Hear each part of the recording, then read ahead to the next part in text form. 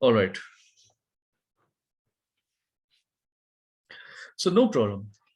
What we are opting the method, obviously that one is the best option. But just imagine if you take the find and replace command, one thing for sure, in one set, I mean one type of action like find and replace, you can handle only one type of error. So we have got varieties of error, multiple errors are there. Can we replace all at once? No. So for that reason, first of all, we need to list out how many errors are there. And that many times we have to roll out this activity of find and replace, which is really a time consuming job. So that is what our experts, they do suggest us to go for find and replace. So today we are going to stop doing it. So what is the best option on this? I'll tell you. Keeping the cursor anywhere in the data set, going for Control A. So entire range will be selected. On your keyboard, just press Control G, G for Goa, or F5, you can go for it. So F5 or Control G. This is going to give me a dialog box called Go To. Okay, you can go for it. If F5 is not a direct key, you have to go with function with F5 or Control G. Anything is whichever is working for you. There is a command called special. There is a tab called special. You can go and click on this tab called special.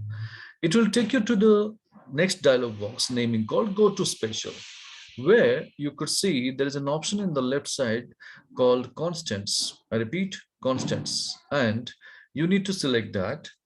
And you need to deactivate this numbers, text, logicals. I repeat, selecting constants, deactivate number, text, and logicals. Ensure your errors is in selection. That you should not remove. Then you go and click OK. You will be finding from the entire data set, only the error-driven cells alone is in selection. Now leave your mouse, leave your touchpad, just immediately type NA, NA. And wherever it is typing, don't worry, but look at the formula bar. This is showing to details what exactly you are typing over there. And finally, go for Control Enter. So when you go for Control Enter, with immediate effect, all these errors will be replaced with the text called NA. And this is the best way to handle all your errors. And this is called how to deal with the text-driven errors in Excel, the best way to go for this option. But finally, do not forget to do one step. What is that? Having the selection with this, going to Home, make a color applications to the cells. The reason, if you are sending this across to someone, you can put it across the legend below to the data, and over there tell that the yellow colored cells are nothing but the error driven cells which are replaced with NA. So by reading your legends, any layman, whoever is watching your data, he can understand what exactly we have done with these yellow colored cells.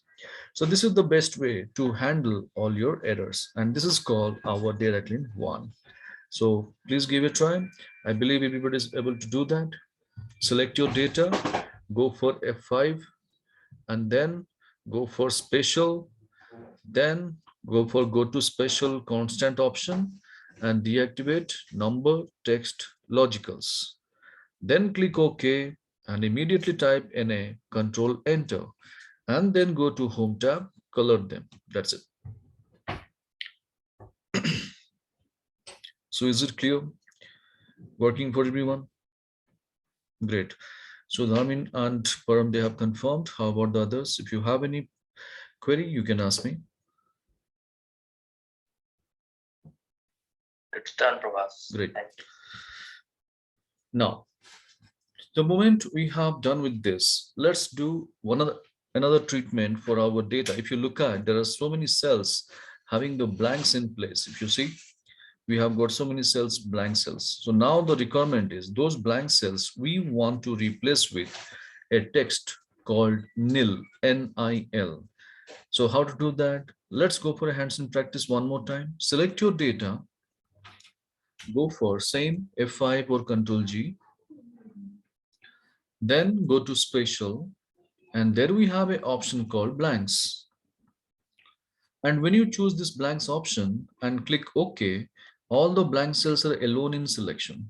As I told you, leave your mouse, leave your touchpad, just immediately type NIL. But if you're really interested to know where it is being typed, you can look at your formula bar. This is be displaying exactly what you are typing.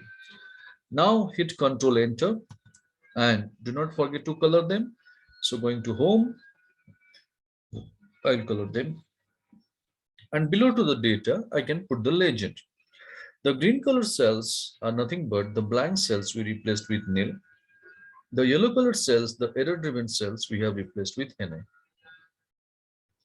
So this is how we are going to do the error management or error treatment or blank treatment whenever we dispatch our data to the next level. So we can stop people asking unwanted question. So that's the story of our data clean one.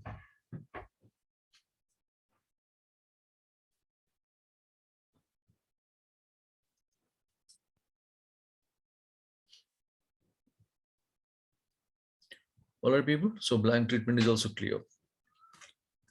Fine then. Let us go for our next sheet, naming called Data Clean 2. Data Clean 2. So again, let me put the data in a story format. Now suppose say my boss asked me, Prabhas, get me the entire fixed asset register from SAP.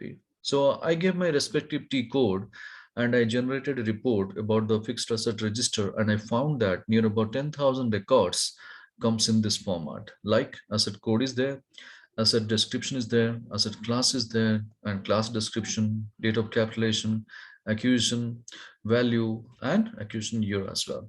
So all these things informations are available, no problem. But the thing is, one thing we know, or you can remember, that whenever we download the data from SAP or ERP system, there are two areas where we'll be always be facing the challenge. And what are those two areas? One, the number will not be in number format. The date will not be in date format. That's for sure. So once we receive the data or download from SAP or ERP system, unless and until you clean your data, you cannot work further with application of your own formula. You cannot summarize your data. You cannot do any kind of other application like subtotal, pivot table, filter, nothing can be done. So in that case, how to make our data ready? Validating these two areas and complying with the respective or standard formats. So first of all, if you look at our data in this, asset code is fine. Asset description is also very good, but asset class, if you look at this column is having a trouble. What kind of trouble? If you see, the data contains in this column is nothing but looks like a number. Of course, these are numbers, but it is not in number format. So now you can ask me a question, Professor, how did you know about this? Because nowhere it has been written. It's a simple message. If you look at this column in the top left corner, we have got some green color flag symbols are there. So this is a simple message in any column. If it contains like this, the data is not complied with the standard format, or in other way, you can express that this is either in text or general format, could be the case. So now our job is we need to clean up this data, and the columns we have to bring it into proper number format. So how to get it? Here our experts, they will suggest you, first don't be panicked, select all this data. There is a yellow color symbol appears in the left side of the column. You have to go and navigate and go for convert to number. So people will suggest you to do like this, but I don't recommend that. Why? Then if I don't recommend, then how people suggest of doing the job like this? This option will work. This option is meant for the limited row items like 10, 20, 30, 40, maximum 50 row items. Up to this, it will work like a charm. But we have got a huge data, near about 10,000 records or 1 million records, or could be more than that. In that case, by mistake or unknowingly, if you have gone for this option, this is going to create a trouble. What kind of problems you are going to invite? Like Excel not responding. Excel is restarted. Excel stopped working. Excel screen is grayed out. Windows is completely hanged, and we have to restart the Windows. All these problems we encounter with so many times when you are dealing with the huge data and you opted for this option. So what we are going to do is how to clean up the data. Let's go and discuss. So keep your cursor first value of your asset class column and select the rest. Shift Control down arrow key. And then once you select the whole column data, go to our data menu.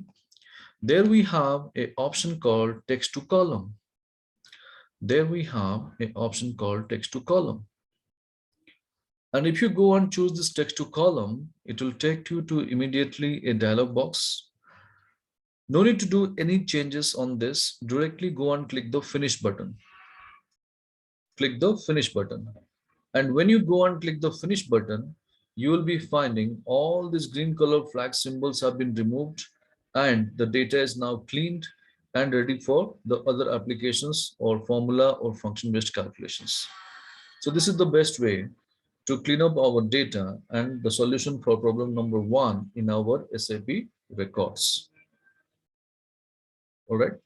Selecting the data, going to data menu, text to columns, click finish. Hope it is done.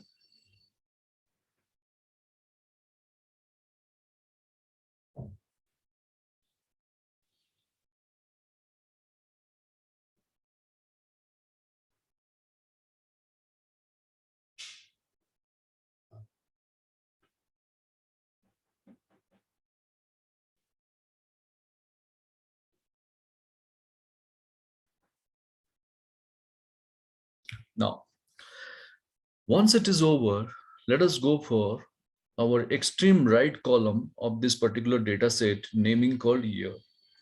So in this year column, if you see randomly any cell you try to edit, there is a year formula already embedded.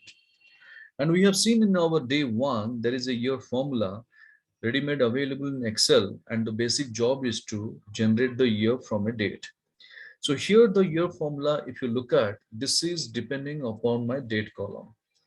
So it's a pretty simple message. The year column is containing the error because the date column is not in proper date format. Pretty simple message, we got it.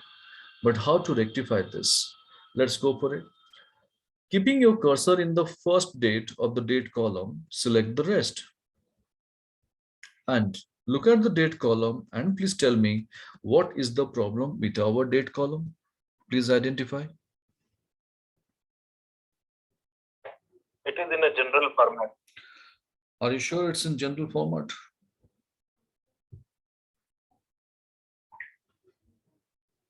Yes, it's in text, I guess. Could be, because nowhere it is written it is in general. So it can be anything. It can be general, it can be text, but one thing for sure, it is not in date. And that's why it is not giving the its answer in the year column that we have apprehended, isn't it? So now the question is how to clean up this and what is the problem in the date column? Forget about the formatting that we have discussed. Now, what is the exact problem with the date column? So one thing we need to understand, the moment we go for our spreadsheet data people, we can follow the date system like this, DD, MM, YYYY or MM, DD, YYYY.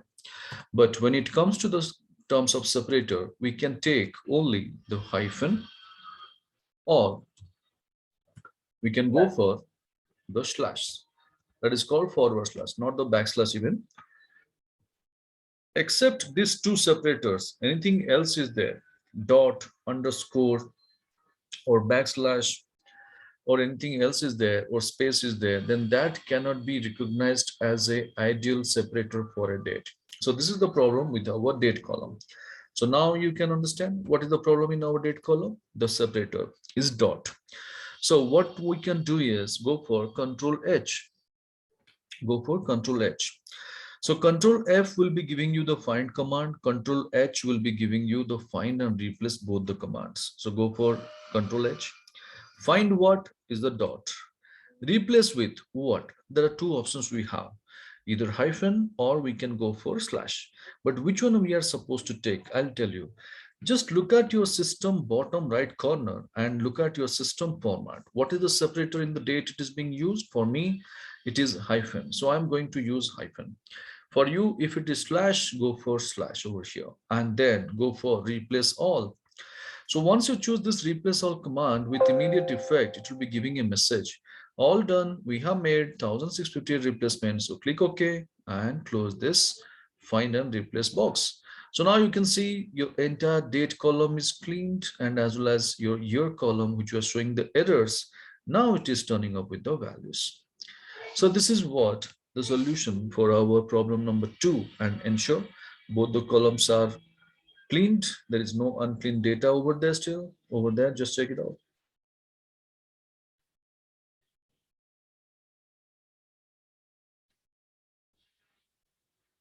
So anybody is having still the unclean data, do let me know. I would help you.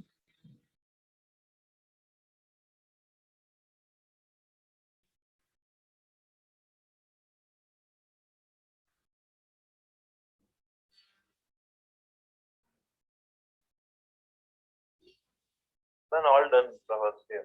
Okay. Okay. Only I think the year is showing some comma. So I Uh-huh. think that is the next thing. Oh, really? Okay. Fine then. If you believe everything is clear and the data is cleaned, I have a question. How will you confirm that the entire 10,000 records is clean? Will you go and keep on scrolling like this? Do you believe that you have that much of time to afford? 10,000 records. So I would suggest you one thing. Whenever you go for data cleansing procedure, people like this, always go and ensure that your both the columns are clean properly. How to confirm? The best way, go and activate filter, Control Shift L, or you can go for Alt D FF or Alt AT, whichever it is comfortable for you. Or if you have the practice of Alt D FF, you can go for it. So Control Shift L, basically the command is to activate or deactivate filter. Okay. Now, the moment I go and select my cursor in the header, Control Shift L, all the cases, the headers will be activated with the filter buttons. Now I'll go to my date column and I need to check in this space, filter area, is there any unclean data still remains? Like, is it showing some kind of hash value, blanks, dates like this, or it is showing exactly all the years in place? If there is no blanks, no date and something, the data is clean. Similarly, you have to go and check in the year column as well and check, is it cleaned or it still remains with some unclean data? So this is the best way to check the things. So now you please confirm everybody is having the clean data, or anybody is having unclean data still remains over the column. I would help you.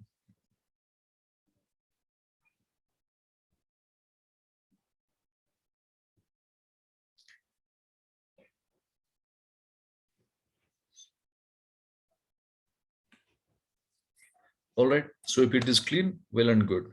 But for your information, I would like to tell you one thing. Sometimes, even though you up this procedure, it will still remain with some unclean data. Then in that case, how to deal with, I'll tell you.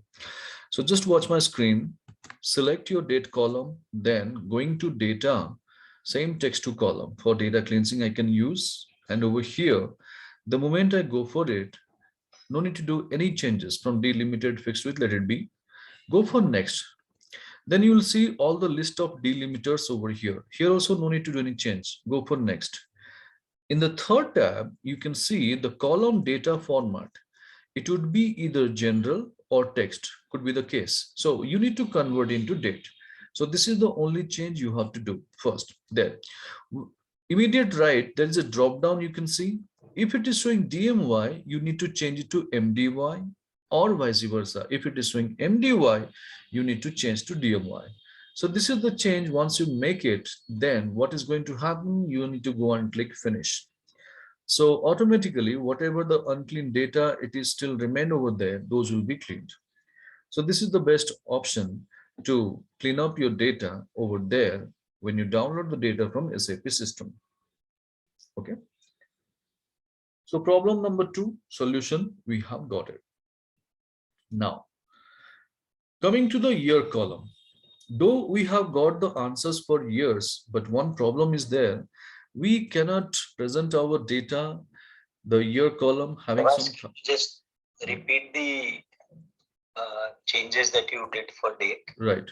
You can select, you can go for text to column, you can go to next, again next. In the third step, instead of general or text, you should go for date selection. This is the first step.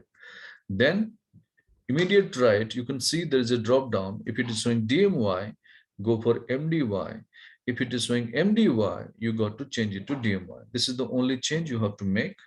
And then you have to go and click finish.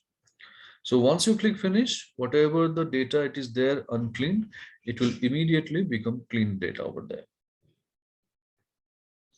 Got it. Thank you. Right. Welcome. Now, coming back to the year column. So one problem, though we have got the values in year, but year cannot be ever expressed having the 1,000 separators. Because our comma separator values, it has been assigned only to presenting our data in terms of currency or numbers, not in years. So this is the place where it has gone wrong. So what we can do, keep your cursor on your first year value of the year column, select the rest, and no need to do any other exercise. Yesterday I told you certain keyboard shortcuts to convert any format to number format. What was the shortcut? Anybody?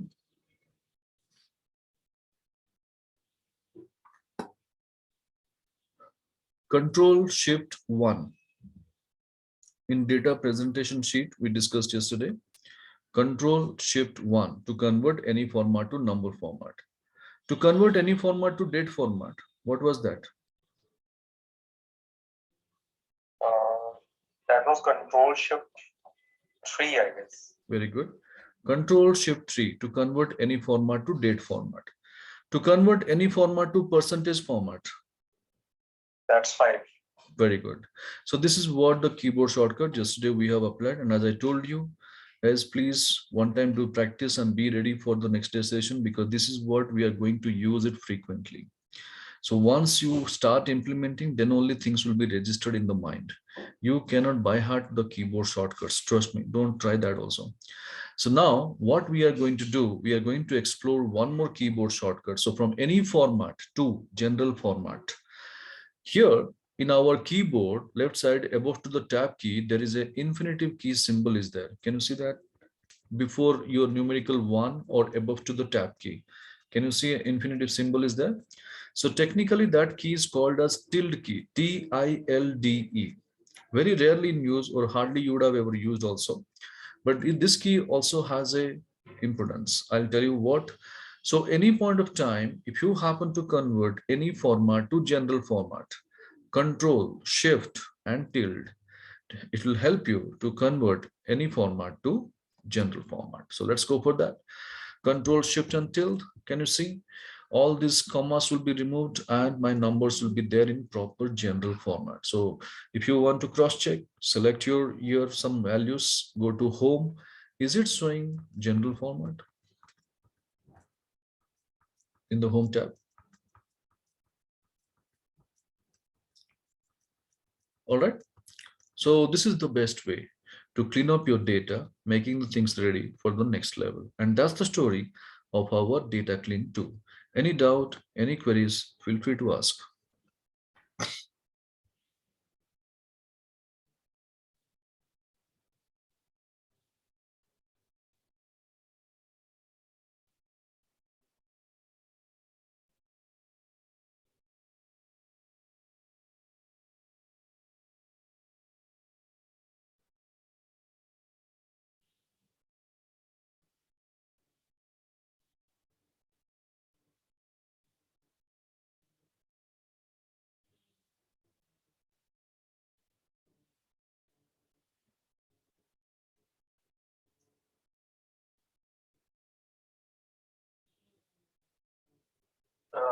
Was Dharmin here? Yeah.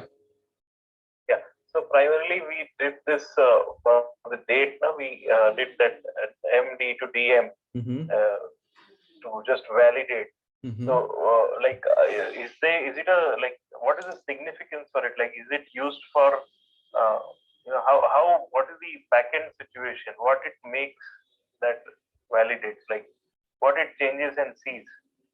See, Can you give me some light on this? Yeah, definitely. So since you have asked, I'm glad. I would love to explain that things in deeper way. See, no need to do anything. Just look at my screen. Online training. There's something I do have. Assignments.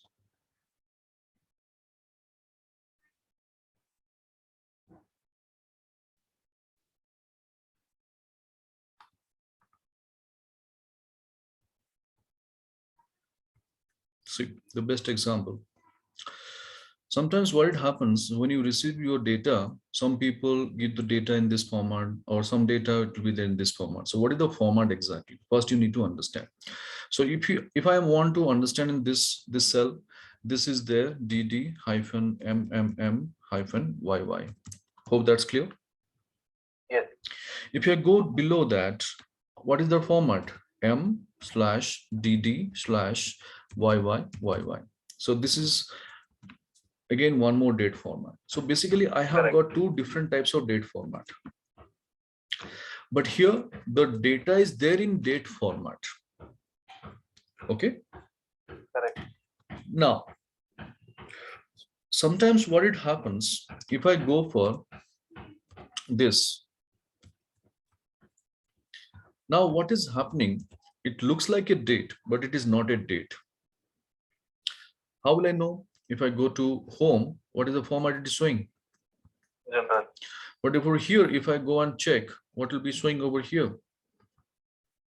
It is showing custom. So it is a customized date, but it is not a general. It's neither in text, that's for sure. So when I go to home over here, again, this is showing custom. So here we have to understand what is the format we have. So basically, technically in this work order date column, my date is there, but it is in date format. It's not in text or general format. But here, the date is there, seems like a date, but technically this is a general or it is a text format, could be the case. So when this is the things, then we have to bring it to proper date format. Like if I go and take is equal to this plus 12, I'm not going to get a proper date value. Whereas if I go this value to add same over here is equal to this plus 12, I'm going to get some date. Can you see that? Correct. So this is a pretty simple message for me in one line, like a layman. If I think about, this is not in date format, but this is in date format. Hope that is clear. Yes. Right. So now for the time being, I am just ruling out this. Okay. So this is the situation where people send me the data in this format. Do you think that this is an ideal way present our date in this format? We should have a uniformity, either DDMMYY or MMDDYY, but one format should be there, uniform format, correct? So we cannot take multiple formats over here. So in that case, how to bring that uniformity? So again, what you need to do, we have to select the best option. You can go for data text to column and then go for next, again next. Here, can you see what it is showing? General. So basically I need to bring it to date because I'm dealing with date. Okay. Now what it is showing? It is showing DMY. So as I told you, you have to change it to MDY.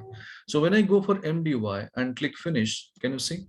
All have come in a uniform format. Yes. Right. So this is what text to column does. What it does exactly, it goes to the backend and rectify the format. It brings a uniformity. So if there is the date and it is not in a uniform format, it brings into a uniformity. Even though the data is not in date format, it's in a general or text, it converts the data to date format. So both the things happens with text to column. Right. Yes. Got it, Shubha. Okay. Thank you. Welcome. Now, the moment Prabhas, if I had to one doubt. Yeah, please. If I had to retain the same format, same which format. This is MDY. Okay. Okay. What do I do? Same. You have to go for one more time and you have to change. And again from MDY to DMY. Absolutely. That is what you have to do.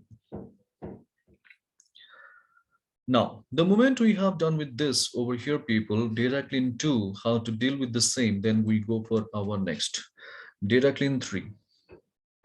All right. Now, let me take you through this data. Let me put the data in a story format so that everybody can connect with it. Sometimes what it happens, people, in our routine activities, the moment we deal with our spreadsheet data, but 90% cases we receive our data in unclean format. That is for sure. And one more problem also, you would have noticed, sometimes we receive our data in a different format. Format in the sense, we may receive our data in Notepad, or it could be a Word document, or it could be a PDF file, or it could be a MS Access database, or it could be a SQL table. Could be the case, different format or different platform we receive our data. All right. So what's the beauty? If you see in the other platform, the data seems to be well organized, aligned, beautifully designed, columns, rows, everything is in proper formatted. But when you copy that data and you try to analyze by pasting it in Excel, our problem starts. So the data goes completely haywire, entire data scatters here and there, automatically some column width will be increased or row height will be increased without having any control on the data. We get struggle over that lot. So our job is getting more tedious. Unless and until we bring the data at one place, we cannot work further. And this is the place where we spend a quality time over there. A lot of time, about 3 to 4 hours, we need to first do the job of non-productive task. Trust me, so many times it happens, but we have no other go. So this is what something the situation we do have right now. So let me connect you with the data. See, take an example. I'm taking the same two names. Suppose say today Neelam is there. Sorry, Nita. Yeah. So Nita, can you hear me? Are you there?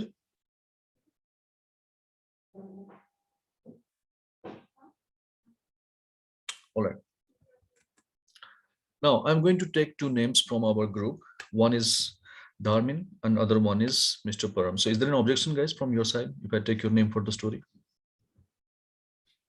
No. Okay. No objection for the entire session. Thank you. Thank you so much. Thanks for the liberty giving to me. Well, so take an example. Our friend Param is just working in a bank portal in his laptop. And he's looking at the bank portal where the bank account number is there, bank name is there, and bank code is there. It's well organized, well aligned. Everything is a beautiful fashion. The report is a dashboard kind of format. It is showing fine, all set, all good. Now, what Param has done, he has exported the data to Excel just to do some kind of analysis or something. He has given the output format to Excel. Okay. And he has closed the bank portal. He comes back to Excel file. And when he opens that Excel file, he just having watched on that, he saw that entire data, bank account number, bank name, bank code, everything dumps into a single cell like this. And like this, 10,000 entries are there. So Param thought for a while, this is not my cup of tea. I cannot afford time for cleaning up the data. Now, suppose say our friend Dharmin, he is one of the team member of Mr. Param. So he invited Mr. Mr. Dharmin, please come to me. I have got some tasks to discuss with you. So when Dharmin entered over there, he showed all these things to Dharmin and he asked over here that Dharmin, I just want from the entire 10,000 records, only the bank code in the next column. So this is what our friend Param is asking to Dharmin. Okay. So hope the objective is clear. Now, in this case, so first question I'm going to ask to our friend Dharmin. Dharmin, what's your move on this? How you are going to get the bank code over there for 10,000 cases? It looks like an impossible task. Copy pasting each and everything. Yeah, so as I understand, you are going to give a command. Okay, I'll be copying and pasting one by one. No problem. So imagine 10,000 cases. How much time it will be taking for you? Make a rough estimate. 10,000 minutes. 10,000 minutes. Okay. So I'll be 10,000 minutes. I'll not take that. So roughly I'll take 3 to 4 hours. Okay. Let's consider that 3 to 4 hours. Okay. Fine. So Param, do you have that much of patience to allot 3 to 4 hours to Mr. Dharmin?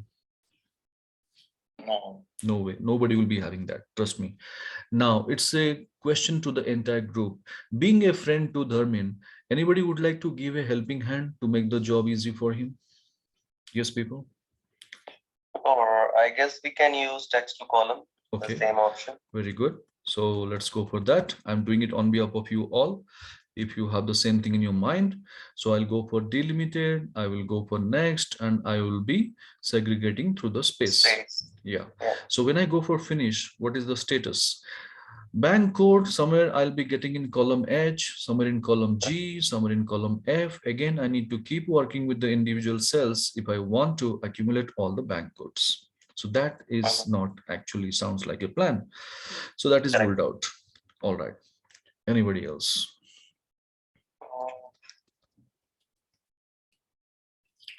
Sirisha, would you mind giving a helping hand to Dharmin?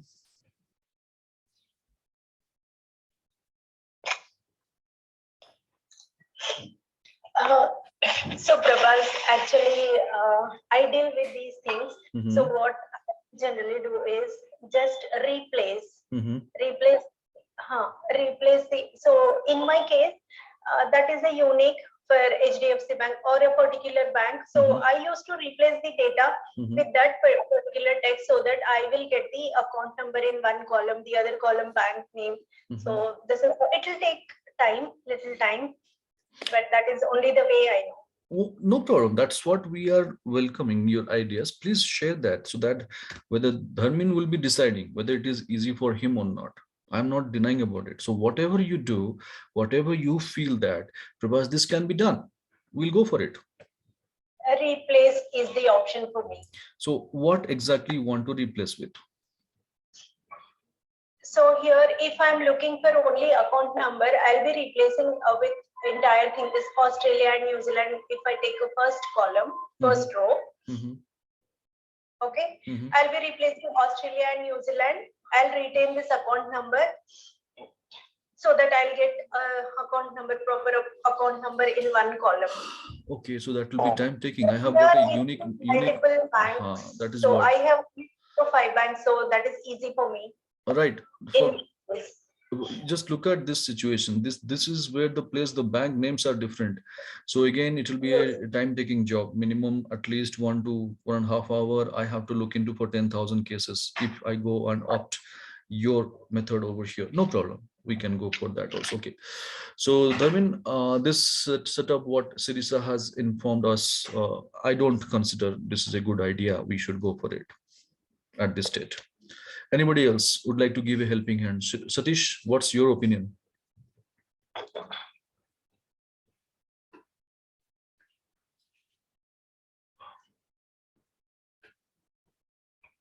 All right, I'll take it through. Is same situation. Okay. Now Dharmin he's quite sure that it will be taking a long time for me.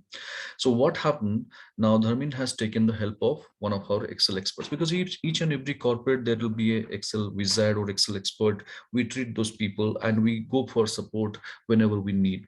So now suppose say our friend over here, Mumtaz, she is having good knowledge in Excel and Dharmin has reached to him. Mumtaz, could you please help me out? Param is asking this kind of job to be delivered. So what our friend Mumtaz suggested to our Dharmin that, okay, why you are getting worried, Dharmin, you can go for a simple right formula and taking the text over here. How many characters from the right? So bank code, if you talk about 1, 2, 3, 4, 5, 6, 7, 8. So this is what our friend Mumtaz has given the suggestion. All right, we got that, no issues. Now the moment I would like to apply for the rest of the cases, am I getting the bank codes properly in all the cases? I'm doing in front of you. You can look at my screen. No need to do an exercise. Not possible. Obviously. Certain data is, characters are more. So absolutely. So what is the challenge? What is the problem? Text to column is not helping me. Right formula is also not helping me. And why these things are not helping me? Because our data is not of consistent type. So these formulas will work like a charm unless, whenever you have the data of consistent type. So here the major problem is the data is inconsistent. This is one. Now, when our Dharmin has just disappointed with the answer given by Mumtaz, then he approached to our friend, suppose Satish. So Satish has understood the entire scenario and he gave a solution, which is the combination of if, len, mid, find, search, if error. And finally, when our friend Dharmin is watching the formula, it is not ending up with the closing parenthesis, it's ending up with a curly braces, which is completely beyond of the understanding. And when Dharmin asked to Satish, Satish, can you help me out understanding the logic? Then Satish said, see Dharmin, you asked me for the help, I helped you. I have my own work to do also. If you are really interested to know about it, please come back to me after 5:30. I will explain you. So by that time, what will be happening? Dharmin also will forget and Satish also will leave to his home. This is what the situation happens. Trust me. Don't take it personal, but this is the fact. Now, without understanding the logic, when Dharmin has come back to his workplace, sometimes this works formula, sometimes it fails. Again, why? Because the data is of inconsistent type. So having said all these things, nothing is working for Dharmin. He got disappointed, frustrated, but he has to do the job since Param is demanding. So no other job, no other options. So minimum 3 to 4 hours, as he has anticipated, he has to spend time. Now think about it. There will be a big question mark about the productivity of Dharmin. And this is going to leave a negative impressions in the KRA report. And if KRA report is negative, that is going to reflect in the appraisal form. Complete chain reaction. Do you agree with me? Yep. Yes. So now just imagine the entire 3 to 4 hours of job, if I could able to help you in doing the same just in 10 seconds, trust me, 10 seconds, how much of quality time we can save for us and for our organization, just imagine. So please watch my screen for 1 minute, see the beauty of Excel, understand. Next 1 minute you can try. See, I have cleaned my column C. First of all, I will go to my column B, my first data. I could notice that my bank code is at the extreme end of the statement. I have copied that. Then I have gone to the next column. I have pasted it. And then I have gone for a simple keyboard shortcut, Control E, E for engine. And see the beauty, like a magic show, it has extracted entire 10,000 records, whatever the data we have as the bank code, wherever it is there, it has extracted like anything. So what is this Control E? Why we were not aware of that? So this is nothing but one of the artificial intelligence tool of our Excel, naming called Flash Fill. And this is available only in 2013 and above versions of our Excel. Earlier it was not there. So please give it a try and check, are you able to extract your data like this?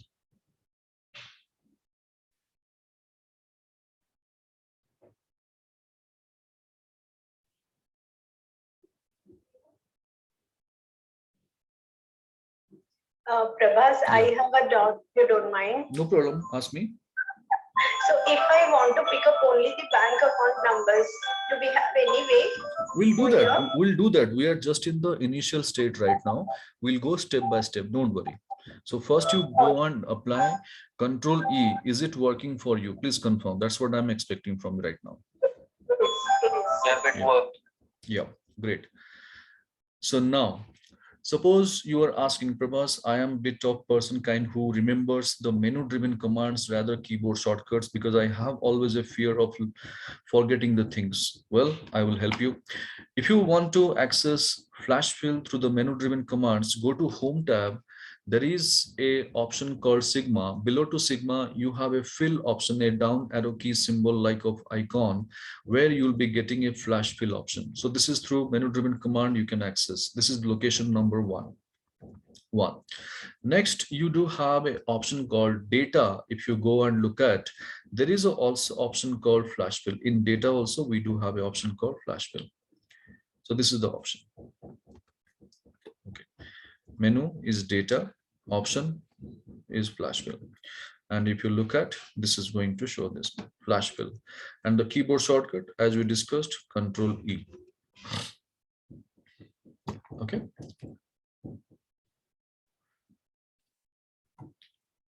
So how to navigate to Flash Fill, how Flash Fill operates, we got a basic idea about this. All right.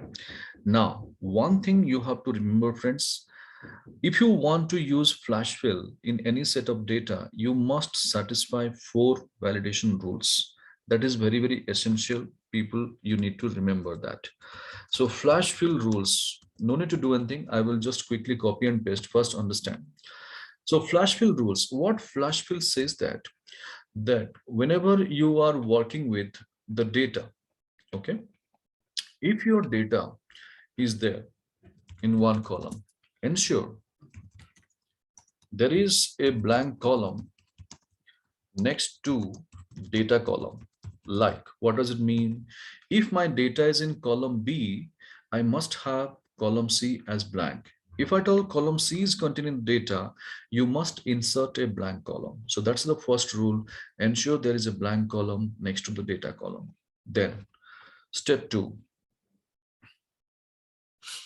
After flash fill, once you apply flash fill, make paste special values of your data. What does it mean? Like once I go for flash fill, I extracted my data, I need to copy, then right click on the same. We have an option called paste special.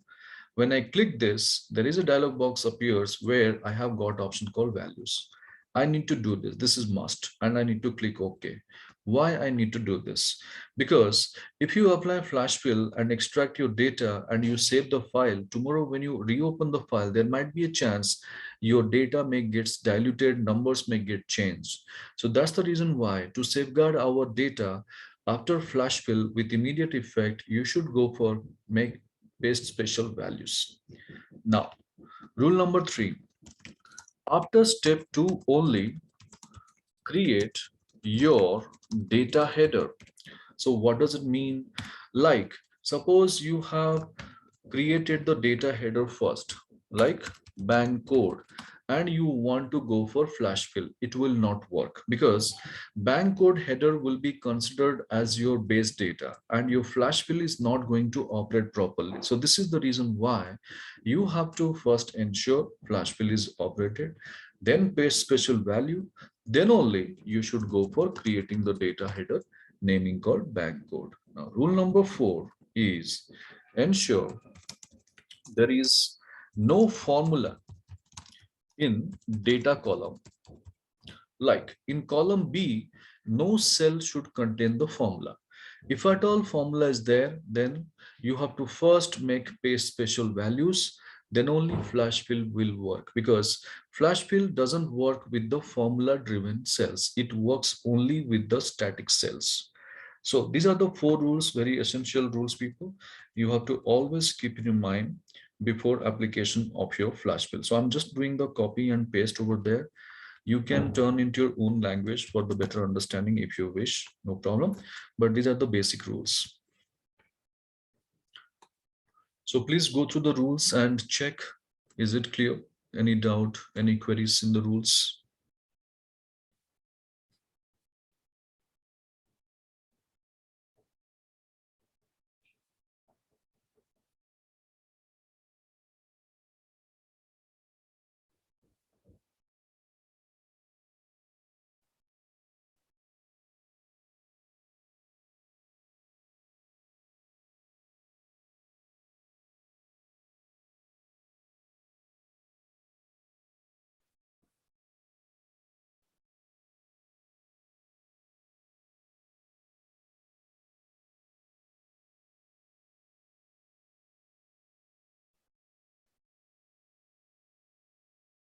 Prabhas, just one doubt. Yeah.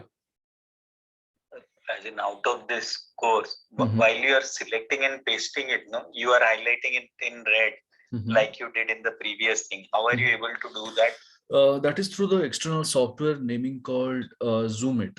This is a Microsoft software only. It's available open source. Anybody can use that. The name is Zoomit. So this will be very helpful when you go for this kind of virtual meetings and all, because when you just keep on expressing in the screen, people are blank, where to go and where to navigate, where they have to focus.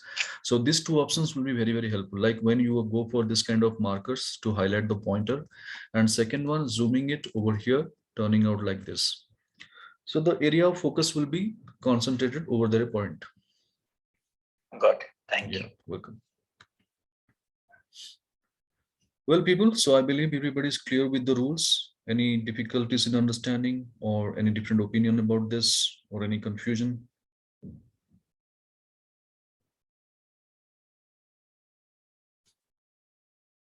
All right. So now going to take an opinion from our friend Dharmin. So Dharmin, knowing this tool, are you happy? Yes, but there is still incomplete work. So there's one more data needs to be handled. Like what exactly? The account number. Don't worry, don't worry. We are in the initial stage, as I told you, we are in the initial stage. Don't worry. So Correct. Control E, what it does, the application, knowing about that, are you happy? That's my question. Yes, yes, very, very happy because Fine. It saves a lot of time. Like a quick solution to a big headache. Right. So it's a big help. Right. So definitely for data cleansing purpose, it is going to save a lot of time. You got the basic understanding. And now I'm asking one more question to our friend Param. So Param, having a teammate like Dharmin, who is doing the job with no time, are you happy with an efficient person like this? Yeah, very happy. Definitely. Anybody will be wishing for such kind of teammates only. So now, having said this over here, as we know, when we are doing our job with no time and boss is giving a compliment to our work and he's quite appreciating our efforts, what happens next? As we know, yesterday we discussed. So the expectation level goes high and the workload increases. Same thing happened with our friend Dharmin also. What immediately Param is asking, Dharmin, thank you so much. You have given me the bank code data. So could you please help me in bringing the bank account numbers? This is what the expectation now Mr. Param is having. All right. So now the question, first question over here, how this flash fill works. Flash fill, as I told you, it's a artificial intelligence tool. We are not providing any kind of logic of ours. So what it does in this case, what it does when we took the data and copied and pasted, it established a relationship from our output to the input, whatever we have. And it understands, for this case, it understands that whatever the last space is there, post to that, whatever the characters is available, it has to extract. And the same thing, it is filling the pattern. So first it creates a pattern, and the same pattern, it is being filled with the keyboard shortcut called Control E. So now the question, if this is a pattern filling job doing, so can we get some data if it appears in the middle of the statement? Can it doing, will it go and do the job for me? Let's go and discuss. If that is the case, let's see.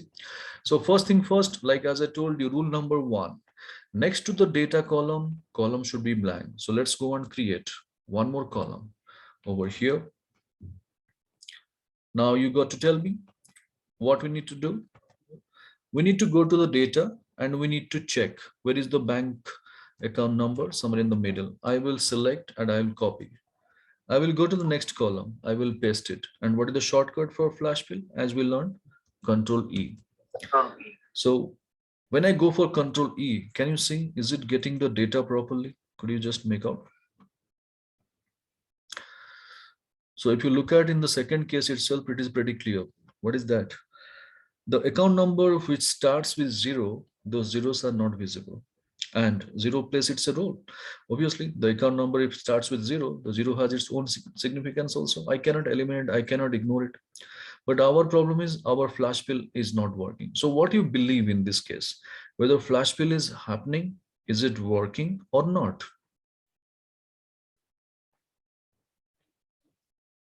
It is working. Yes. But formatting, without formatting. Right.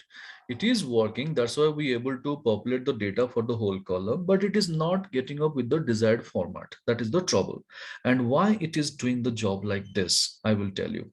So for this purpose, we need to understand our number concept in our Excel. So what is that? Let me take you through. No need to do anything. Just look at my screen.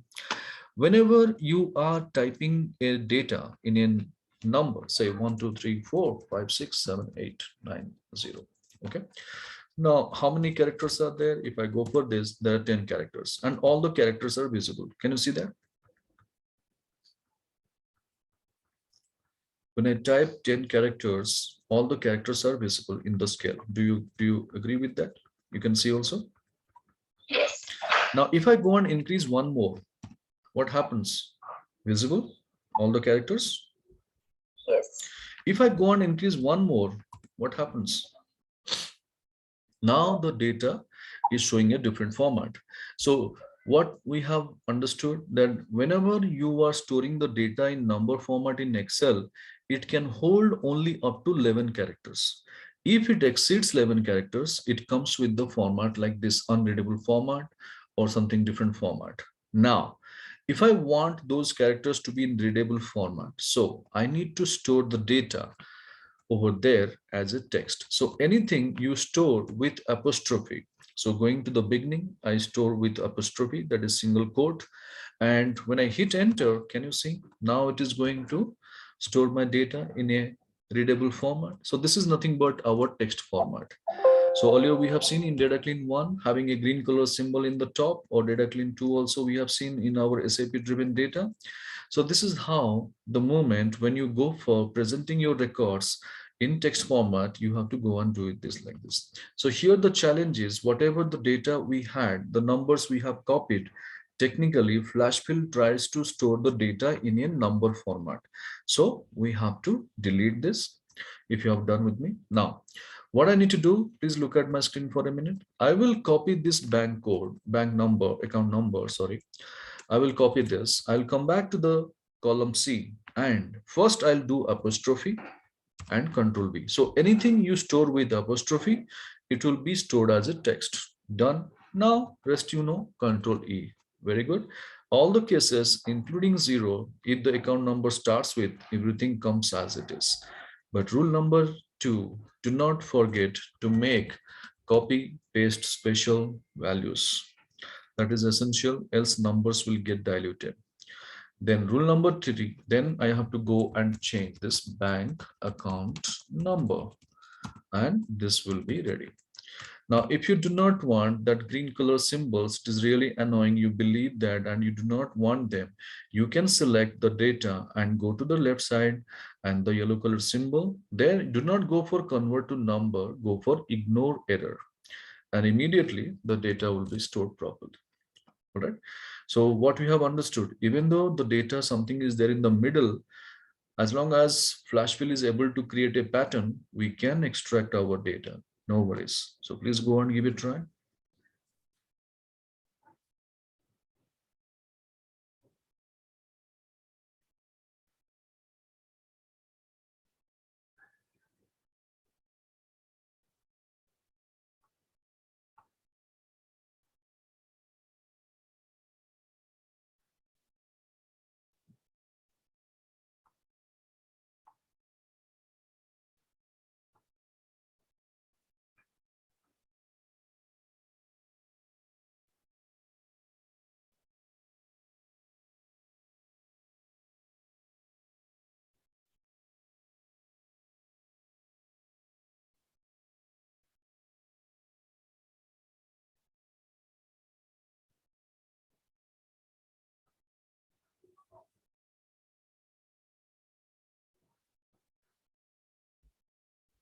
Professor, this removing green flags, what did you? You have to select the data, and then in the left side that yellow color symbol appears.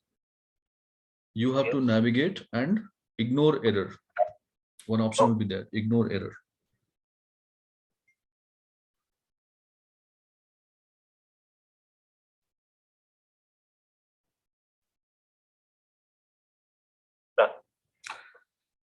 All right, so most of the people, those who are having the doubt or curiosity whether something is there in the middle, whether we will be able to extract or not, we got the answer for that. Right, Mumtaz? Yes. Great. One more thing, Yeah, yeah. So if you see serial number 15, so it is JP Morgan Chase Bank. So there is some CHAS in between. Right. And then 2S. So this is something which is a more segregated code or something. No. It is not a segregated code. It is something else. It's not a bank code at all. Because everywhere when you see, as I told you, though the data is of inconsistent type, but the segment of the data cannot be of different type. All the cases, bank code is the adjacent characters. There is no extra spacing in between the characters. So those wherever you see, this is the thing. So these are not the bank codes. Simple. Okay. This CHAS and US doesn't make yes the difference. yes, absolutely. Oh. So wherever you believe, like here SCBL US 33, this is the code, it is come up. But here you can see in the immediate syndicate bank, the serial number 14, what happens? It brings me the account number, because flash fill doesn't understand which is my bank code and which is my bank account number. It just fill the pattern. What is the pattern? As I told you, after the last space, whatever the data is there, that is going to be retained over here, or it is going to extract those data. So some cases where bank code is not there, it believes that after the last space, whatever the bank account number is there, that should have been extracted. So it is done now, right? Correct. Right. So this is how we have understood how our flash fill helps, or how flash fill works. What are the rules of flash fill? Where do we find in our menu? What is the keyboard shortcut for flash fill? We got a basic understanding. Now, I'm going to take you through some more beautiful examples where else we can use flash fill to make our job easy or to save our turnaround time. So no need to do anything, just look at my screen. I'm going to take you through some more examples for you. Text challenge, yeah.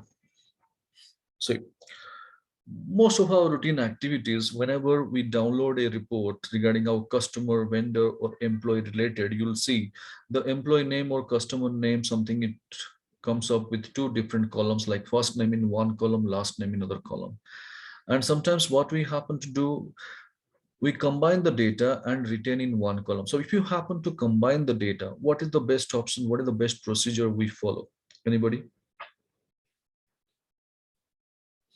That's concatenate. Absolutely. So there is a formula naming called concatenate in our Excel, but don't use it. The reason? It's a lengthy formula. It's going to occupy more space. But this is what most of our experts, they suggest us to do the job like this. In that case, what I recommend, go for equal to first name using ampersand or and symbol, which will be acting like a concatenate operator. And then we need to go for combining the last name. But the problem is it becomes one word. Technically, these are two different words. So what I need to do, I need to go for is equal to first name, ampersand. I need a space. And I told you yesterday, when you want to define a space, you must take the help of two double quotation marks and define the space one time. Then that will be ultimately added with my first name. Yes. Again, we have got last name to combine with one more ampersand sign. And the moment I go for last name, control enter. So that's the best option. Over here, in place of concatenate, you can make use of this ampersand command to combine your data. Do you agree with this? Option 2 is better. Yep. Right. So this is one improvement we found, but this is the best option till yesterday it was. But today, when you ask me, I do not recommend this too. So what is the best thing we can do? Look at my screen, please. Same data, I'm just doing a copy paste work towards my right side. Okay, I have got my data and I need to combine. See the beauty? I will go to the next column. I will type Hari space shadow and control E, bang, just one keyboard shortcut. No formula, no function, no time taking job. A simple keyboard shortcut is doing the job for me. Can you see that? So how easy it is and how it is saving a lot of time for us. You must be thinking, if you have done some time doing a other way, like doing the copy paste work or something, how much time you could have saved, just imagine. Right? Prabhas, can we do the other way? Of course, see the beauty. You can go to the next column over here. Suppose here Hari Sadhu is there. I need to separate or segregate. Go to the next column, type Hari, next column, type Sadhu. Hari, control E, Sadhu, control E, done. If we have three names in one of the rows. That's again, that's what I told you. As long as there is a consistency or pattern is there, flash fill is going to work. If you have got first name, middle name, last name, you have to go for a formula driven result, because flash fill will work only up to 90% cases. The data, if it is there in a proper pattern, then it is going to create. But name, as long as I told you, if it is having the first name, last name, all the cases, you can go for this.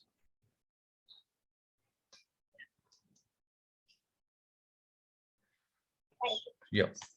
So this is one. Okay. Now I'm going to take you through a real-time situation if you are into the OEM industries and all, or manufacturing sectors, or sometimes when you work with the service industries also, like telecom industries and all. Whenever you just download the BOM cases, like bill of material cases, there we are having a painful job. I'll tell you how this is so painful over there. No need to do anything. Just look at my screen, please. So I'm going to take you through, okay, here, some data.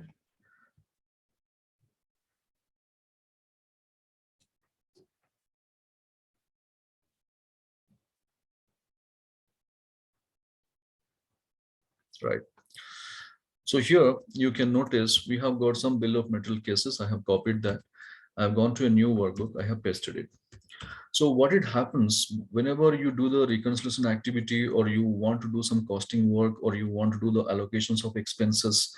So based on this, you need to find out the price of those inventory items so that you can make the profitability analysis.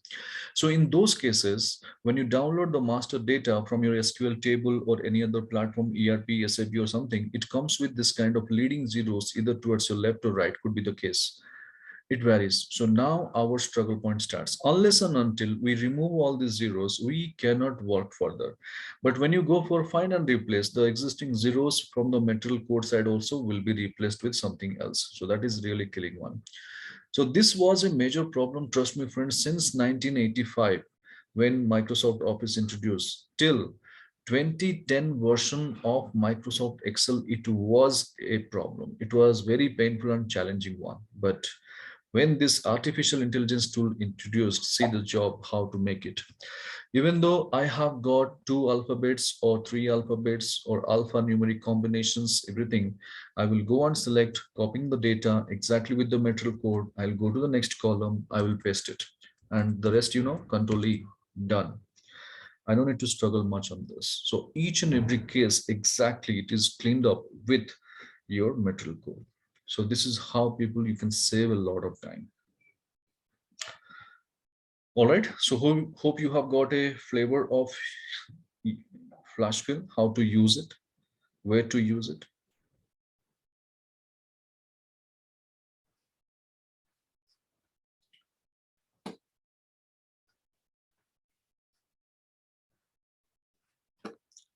Yes, Prabhas, got it. Yeah. So now we are going to discuss on this point one more time. What's that? As I told you, suppose our friend Dharmin has got bank account number also with no time, and our friend Param is happy watching the same. So again, the expectation level goes high and the demand increases. So what Param is asking, okay, you got me bank code, bank account number. Why don't you get me the bank name also? So this is what now the next demand. So let's go for this bank name. Please go and give it a try. Give a hands-on practice, whatever you have learned, how to extract your data by using flash fill. Just do a operation and let me know.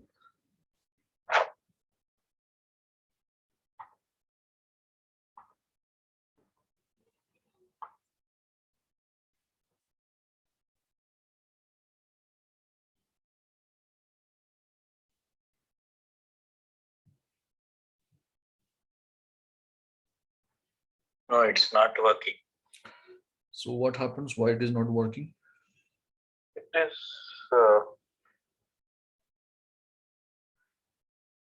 working, not working completely. Like there's some errors. Okay, so you believe that partial it is working and partial it is not working. Partially it's working. Yeah. Okay, so with this kind of statement, Param, are you happy? No, it's not working for me also. Okay. So what we have understood, that as I told you, flash fill will work as long as it is able to create a pattern. If pattern is not happening, then flash fill will fail. So this is 10% cases where flash fill fails. Then in that case, what is the option we do have? So we have to go for the formula driven options. So first choice should be flash fill. If flash fill fails, formula driven option should be the next choice. All right. So what should be the formula? How will I know that? How will I take a call on this? I'll tell you. See, think like a layman. No need to do anything. Just look at my screen. So in this entire data, the first case, take an example. In this entire data, if I remove my unwanted data in the sense it is starting from my bank account number till whatever we have in the end, that is my unwanted, right? So if I eliminate this, if I remove this, the rest of leftover data is nothing but my desired output. Do you agree with me? Yes. From the entire statement, if I remove my unwanted data, the leftover data is nothing but my bank name. So this is how we are going to do the job with the help of a formula. So first of all, we will identify where is our unwanted data starts with. So for that, we'll go for our formula naming called find. So what find formula does, it asks me over here, the text, what exactly you want to find. So bank account number already we have found out, which is there in my right side. Okay. Now within text, where to find the text in the left? Done. Hit enter. This is going to give me a number. What is that? 27. What is the meaning by 27? If I start reading the data, counting the number of characters from the left to right, on 27th position, my bank account number is starting. This is what the meaning. All right, we got it.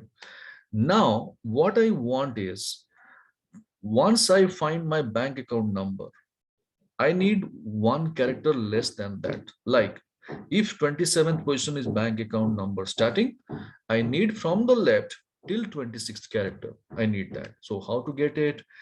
So there is a formula like right, we have got a formula called left.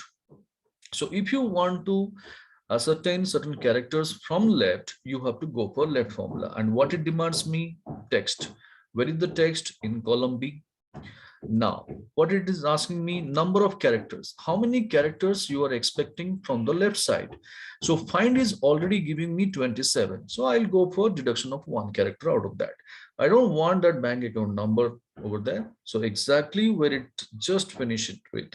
So one character lesser than the identified character. Fine. Bracket close. And see the beauty. With immediate effect, I'll be getting the exact bank name. See the beauty over here. So that's my bank name.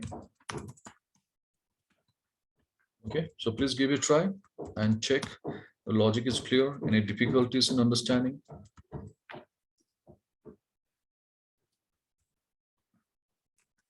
Can you just explain that once again, Prakash? Yep. So basically from our data, we want to identify where is our unwanted data starts with. So unwanted data is nothing but our bank account number. So from bank account number, the rest of the data is unwanted. So bank account number, where it starts with, we want to identify. For that reason, we'll be going for find formula. So find what we want, bank account number, it's there already in the right side. Then what it demands me? Within text. Within text in the sense, the data, whatever we have in the left. And when I go and hit enter, you can see this is giving me 27. So what is the meaning by 27? Like if I read my data from the left side, starting with A as 1, U as 2, on 27th position, my bank account number starts with. This is what the message I got it. Hope that is clear. Find formula. Yes. Right. Now what I need is, I will take the left formula over here to find out certain characters from the left. So it demands me the text. Text is my column B, whatever the data, then number of characters. So starting from the first character till how many characters data from the left side you are looking for. So find formula already gives me 27. Okay, so 27th character is nothing but 2, number 2. I don't want that number 2, that bank account numbers number 2 is not required for me. So I'll go for deduction of one character out of that. So 27 minus 1, so 26. So from the left side, starting from the first character till 26th character is nothing but I'm looking for. And now I got my data. Okay. So the same thing will be populating for the rest.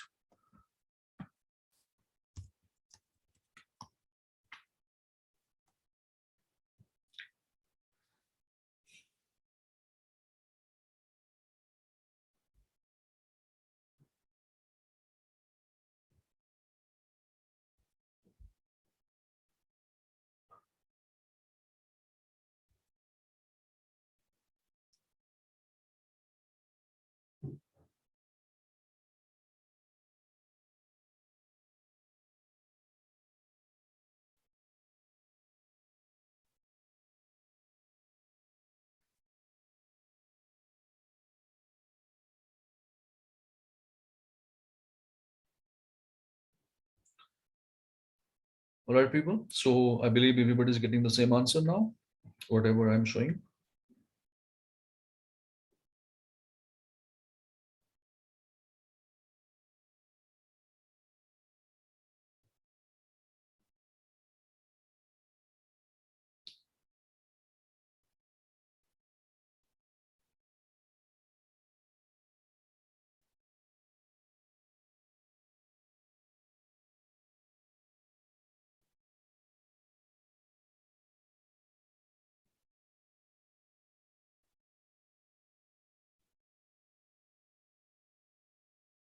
Yes, Prabhas, we got it. Yep. Yep. So this is how people you can work around with your flash fill. So any doubt, any queries you have in this data clean 3 sheet, if you have, you can ask me, no problem.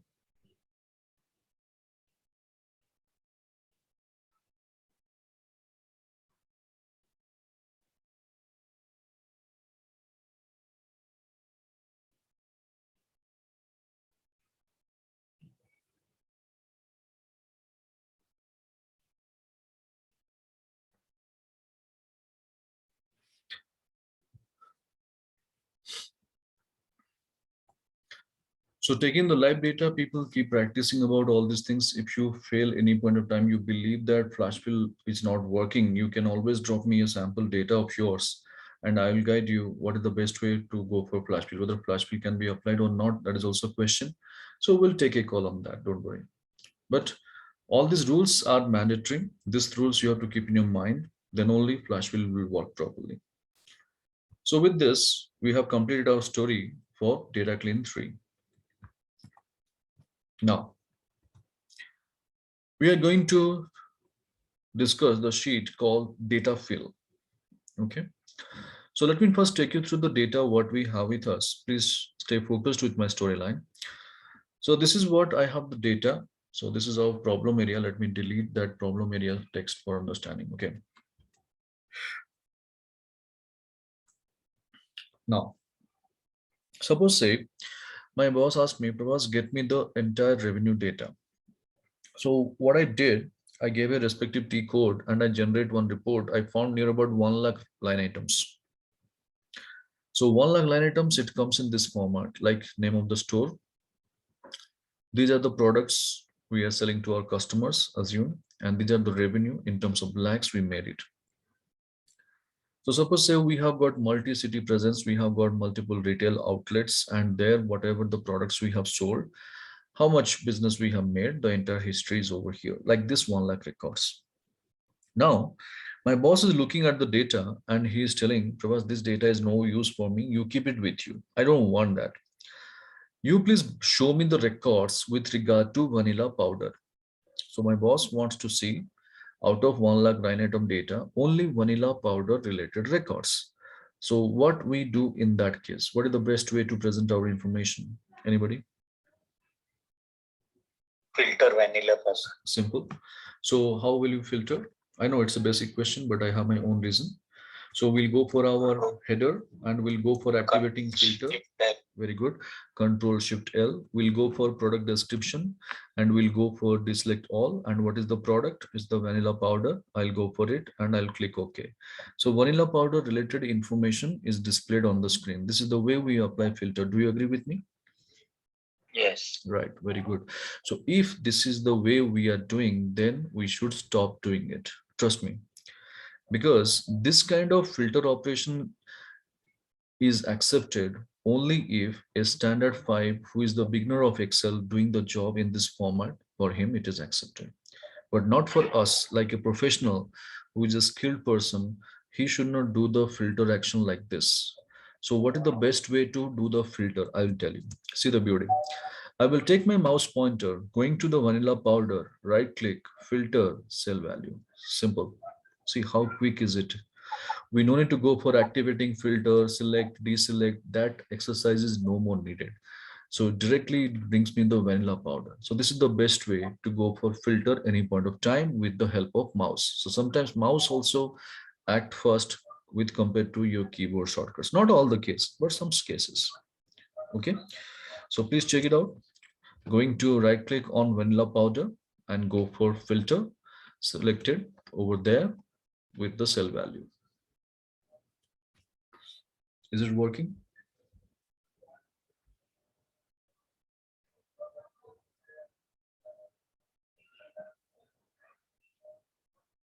It is working. Right.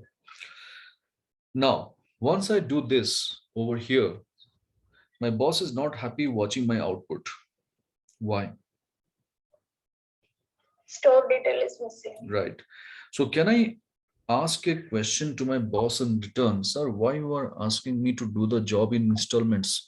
You could have asked me when you are asking for vanilla powder related records that Prabhas, I want to see store wise vanilla powder. I could have done something. I could have got the result. Can I say something like that in return?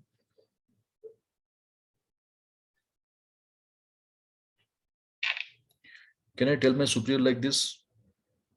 No. No way. So what we have understood from the entire discussion, when my boss asked me about vanilla powder related records, that was just a demand.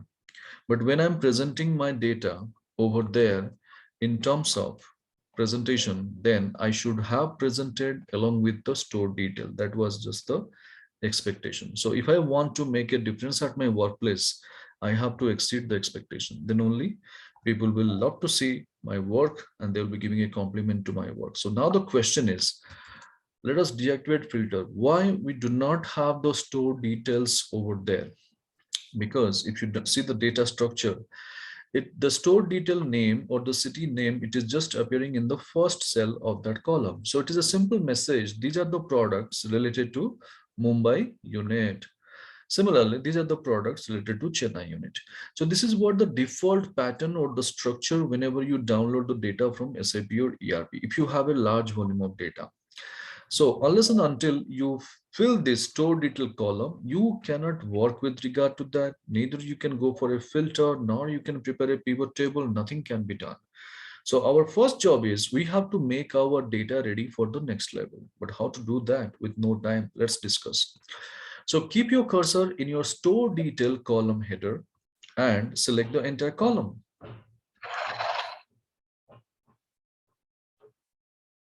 Keeping your cursor in the store detail column header and select the entire column. Then go for F5 or Control G. F5 or Control G. And there we have a command called special. And when I see special over here, if I go and click special, then it will take me to the go to special dialog box. And there is an option called blanks. In data clean 1, we have already seen. So you got to go and select blanks. And the moment I click blanks and click OK, you will be finding from the entire column, only the blank cells are alone in selection. Let it be. Leave your mouse, leave your touchpad, immediately go and type equal to. You will be finding your equal to sign starts typing in the first blank cell of the selected range, and then go for the previous cell. Just above one cell, you go and click and hit Control Enter. And when you hit Control Enter, can you see? The entire column is just filled with the respective unit details over there or city names with no time. So this is how this kind of time-saving techniques people you have to use over there to make your data ready for the next level. So give it a try. I believe everybody is able to do. Yeah, we are Great. So any Yes. doubt, any queries, if you have, you can ask me. If it is clear for everyone, so please go for a hands-on practice for case number 2 and populate the stored detail column, this column. Please do a practice for one time.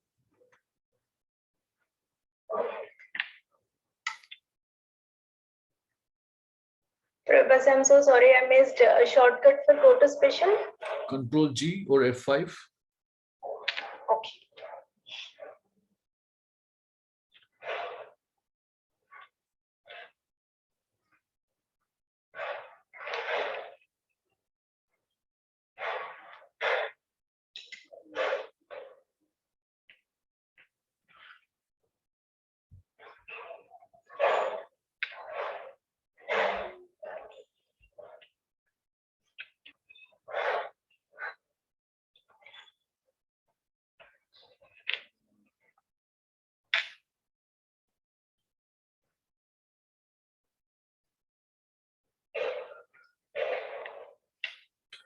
So that's the story of our data fill.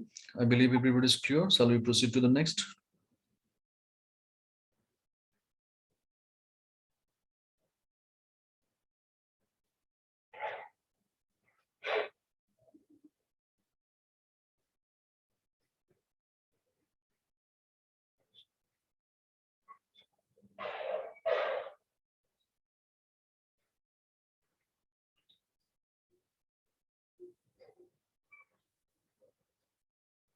All right.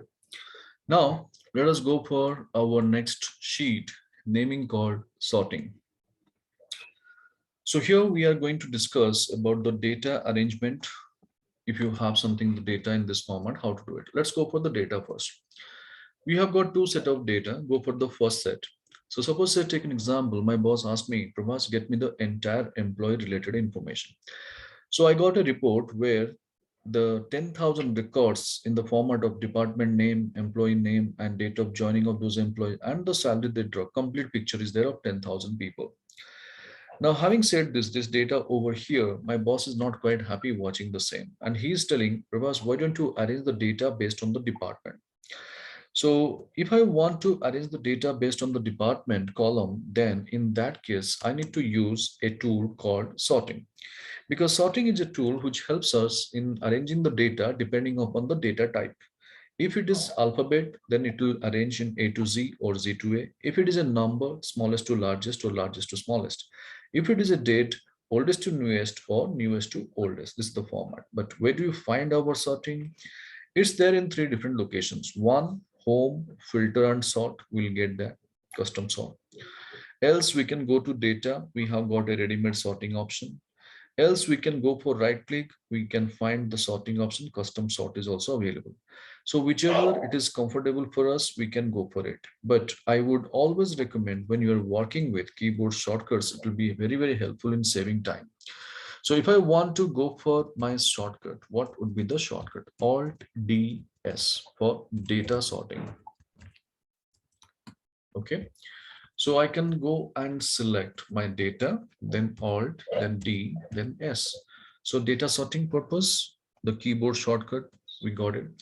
Now what we need to do, we go for sort by. Obviously, as my boss was demanding based on the department. So department contains the alphabets. So A to Z or Z to A, you can see the order, it comes automatically. So we need to go for A to Z, let it be, and go and click OK. So you can notice that entire data, whatever it was shuffled or it was jumbled, now department-wise data is completely cleaned up and it has gathered at one place and presented. So this is called our data arrangement. This is how we have been doing. Do you agree with me?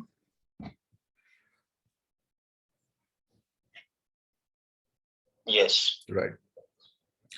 So whatever we are doing, nothing wrong, of course, but my boss is still not happy. Why he is not happy? I'll tell you. And what he is expecting in return, I'll tell you. See, the moment I have presented my data arranging based on the department, his focus has gone to the salary area and he's seeing the data and he's telling me, Prabhas, I could see that the salary column is not in an order. So why don't you do something to showcase me each and every department wise, the highest salary should be there in the top and the lowest one should be there in the bottom. So this is what something my boss is asking to me. Well, so what exactly he's expecting? The multi-layer sorting or multi-level sorting. So how to go for multi-layer sorting? Okay, kindly select your data, go for same data sorting. You will be finding already department-wise sorting is done. You don't need to go and tamper that. You don't need to go and change that. Along with that, you have to go and click the top left corner. There is a option called add label. You have to click it. And when you go and click add label, you will be finding a blank layer is going to turn up below to department. And then you should select from the drop down, what's that? Salary. And once you select salary, what type of data salary is holding? The numerics. So order automatically sets smallest to largest, largest to smallest. And which one boss is expecting? Largest to smallest. And the moment you go and click OK with immediate effect, you will be finding each and every department wise the highest salary in the top and the lowest one in the bottom. Okay. So this is called our multi-layer sorting. So hope this is clear. But I was actually not able to do this. So I have to select the entire data. Absolutely. It's already sorted. Okay. I'm selecting Control D plus S. No. Right. Alt D, yes, not Control D. Sorry, Alt D plus S. Correct. Right. Yes, now it is coming. Yeah. So in that, can you show it again one more time? Sorry. Sure. Add level. Yes, add label. You have to click the add level. Then it will be salary. Right. Smallest to largest. No, largest to smallest. Largest to smallest. Correct. Yes. Awesome. Done. Thank you. Right. Welcome. All right, people. So I believe everybody is clear with this multi-layer sorting or multi-level sorting.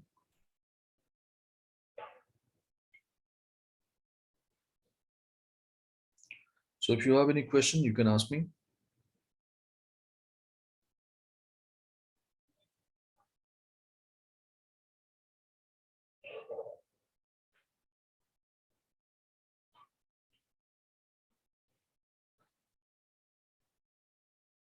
Prabhas, one question. Please.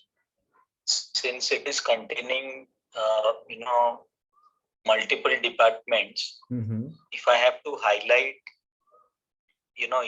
the beginning of each department, let's say, for example, accounting, the employee name, date of joining, and salary.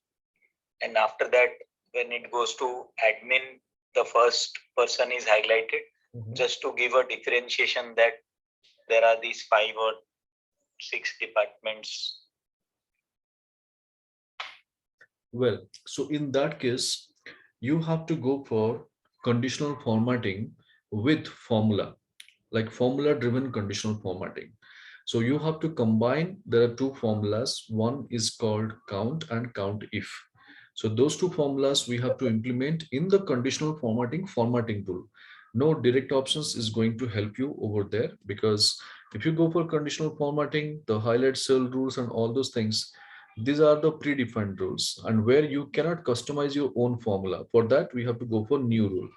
So once you go for new rule, use a formula to determine which cells to format. We have to go for it. Then only we can do it. So this is our part of curriculum regarding count A, count if, and all. Let us complete that. Then we'll go for this. I'll be taking as a separate exercise. Is that okay? Yeah. Don't worry. Fine then. So I believe everybody is able to do the multi-layer sorting, people. Let's go and discuss and analyze the same situation. Please stay focused. What I'm going to ask is very, very important. So please stay focused with my audio line. This is what suppose I did. Whatever my boss was demanding, I have fulfilled everything, and in perfect manner it has been done. But my boss is not happy. Neither he gave a compliment to my work, nor he is happy also. And even if I'm going and presenting my data to my audience is also not giving a compliment to my work. Then what is the point of doing such kind of work when people are not happy? Because I am spending my time, I'm giving my efforts, I'm spending my energy, but my audience is not happy. So first question, why my audience is not happy?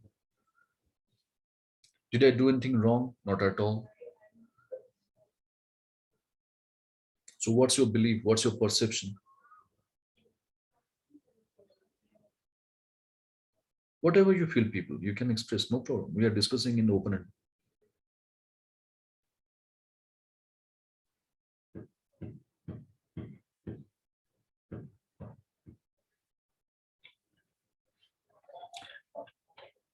Yes, Dharmin, what's your opinion? So probably differentiating the data in a way it looks more better could be the expectation. Okay. Anybody else?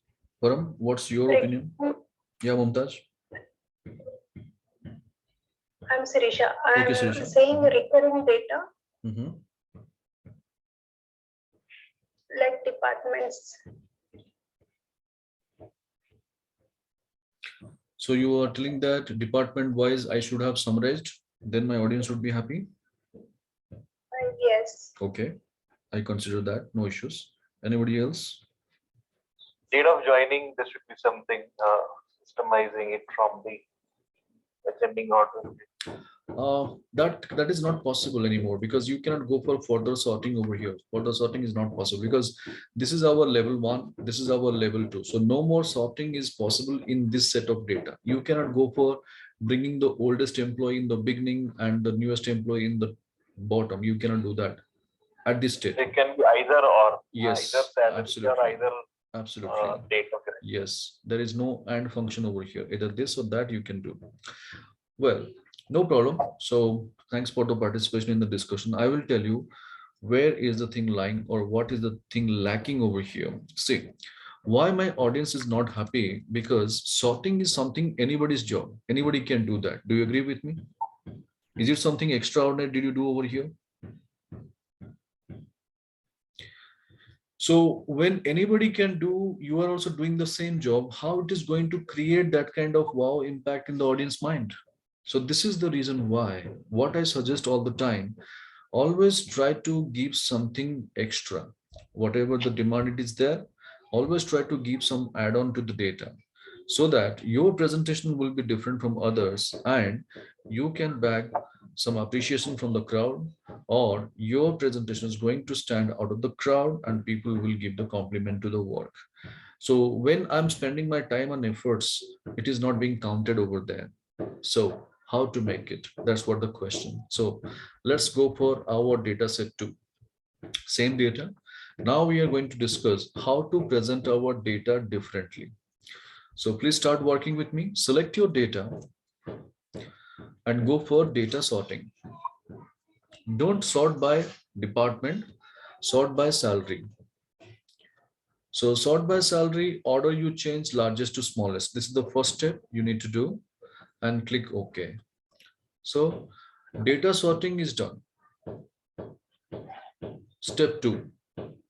Having the selection with the data, go to our home tab. Yesterday we have discussed about format as table. If you remember, data presentation sheet, I told you how to make your data presentable by using the format as table option. And I told you ideally which option you should take. First to light and medium. Light and medium, and not to take the dark options. What was the primary reason behind that? I told you. The file will get empty. Yes, the more the dark colors, file size will be more. So let's go for taking one medium out of this. And the moment you click, it will take you to a dialog box and click OK. And with immediate effect, you will be finding our data has been converted into a beautiful format. And there we have got some filter buttons ready-made activated on the top. That is the header. And keeping the cursor over there in the data, you can see the table design. An extreme right tab is activated. Table design, depending upon our Excel version, whatever you have. So table design will be coming up, no doubt. There is an option called filter button. So this filter button, you please deactivate. I'm highlighting, if you can cross check also, if you're not getting that. So when you go for this filter button to deactivate, my data seems to be a normal data or generic data. There is no such kind of filter buttons. Step 2 is done. So first one, data sorting. Second one, formatted as table. Now the third step, keep your cursor above to the date of joining, and there you type total. There you type total.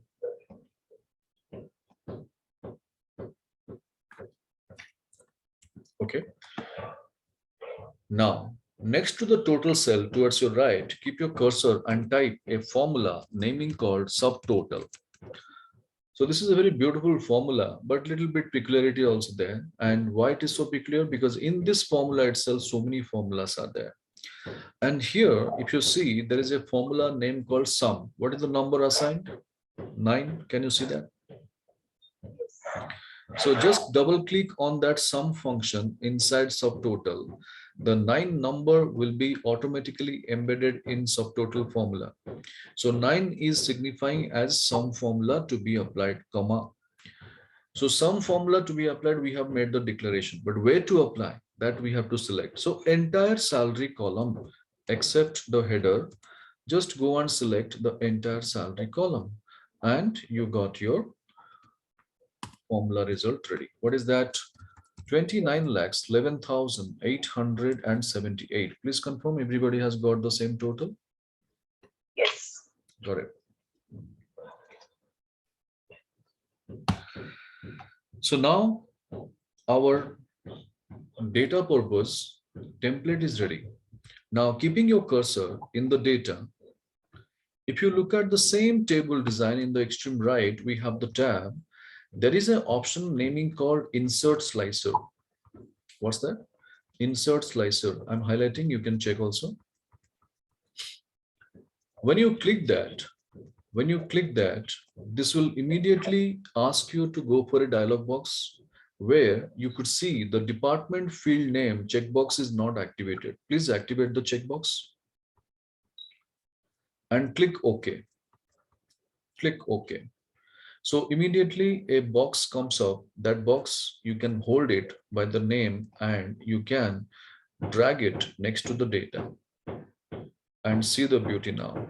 When I'm presenting my data to my seniors, as my boss, if he's demanding me, Prabhas, show me human resource related records, I will go and click HR and immediately all the HR related records will be displayed on the screen. And what is the highest salary in HR is there in the top of Joshua Johnson. And what is the lowest salary? Julie Harkin, 10,000. And what is the total salary of HR? This is appearing in the top. If you want to see admin record, click on admin. If you want to see both admin and HR, holding the control button, if you select both, it will show admin and HR both. So see how the beautiful data presentation happens over here. Same thing we are doing, but we are doing it differently. So now you just look at the screen, being the audience. Suppose say you keep yourself in the audience shoes and tell me, option 1, you will prefer the most, or option 2, you will prefer to see.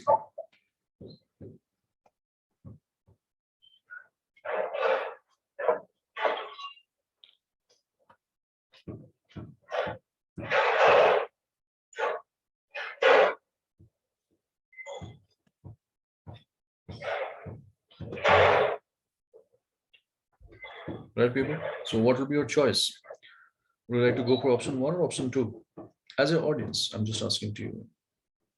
Option 2. Definitely, anybody's choice will be. So this is how we did not do anything extraordinary over here. Same thing we are presenting. We are doing the sorting. Yesterday we learned about the format as table option, subtotal formula we know, and we are using a slicer. And where is the entire beauty lies? In the slicer, because people believe slicer can be used only if you are there in pivot table. So that we proved wrong. If you have the data in table format also, in a generic table, we can apply the slicers and that acts like a visual filter buttons, and we can operate from the outside data area. And that is where we are making our difference. So please confirm everybody is able to do that, people. Any doubt? Can you help me redo this one more time? No problem. You please share. Yeah, Dharmin, you please share your screen. Let me see where is the problem lies. No issues.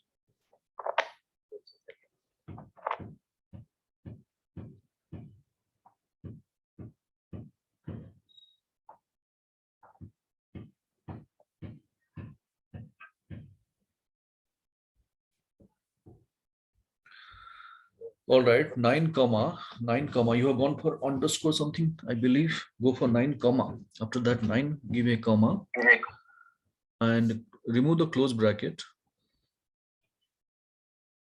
And then select your entire salary data, salary column data, starting from the top to bottom. Yeah, Control Shift down. Yes, enter. Just enter.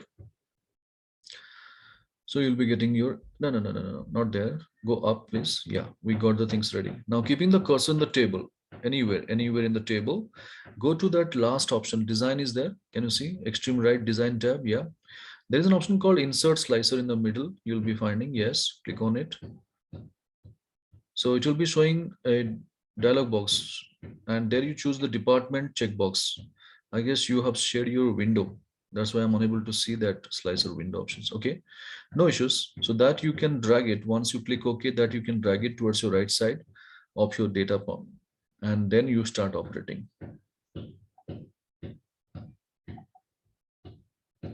Yeah, that one you hold it and put it right side. Yes. Now click HR. All the HR related records will be displayed. If you click your administration, all the admin records will be displayed. Can you see that? Yes, yes. Yes. All right, people. So I'm taking the control back on the screen. So this is how we have understood how to present our data differently if there is a demand and add more value towards our presentation area. Fine then. So we are clear with that thought process. Next, we'll go for our next sheet is called multi-DB filter. Yeah. I have one doubt in the previous thing. Yeah. Please, if you just try and select, let's say, for example, accounting and finance or accounting and administration. Right. Yeah. So what is happening is the way the data is getting displayed is one person in accounting, then there is admin, then there is accounting. What is the way to get that in a proper order? Because now it is sorting by salary, largest to smallest. Right. What I wanted was it should still give me in terms of accounting department followed by admin department. Okay, see, if that is the case, then we have to go for one layer of sorting over here again before presenting our records. You could have gone for, because see, why we have taken only for the salary, because when I go for filtering the data from the entire data set, only a specific segment of data only to be filtered out. Now, if I go for this operation, then based on the salary, I have to go for one layer of sorting called department. Now, if I go for in that structure, what will be happening? The data will be displayed, but not with the same order. So it will be changing when you go for multiple selections. So that is the trouble.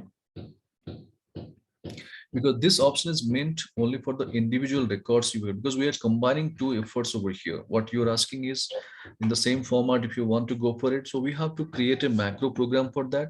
Whatever irrespective of the data type, though it is now alphabets of the department column, automatically it will go and filter out.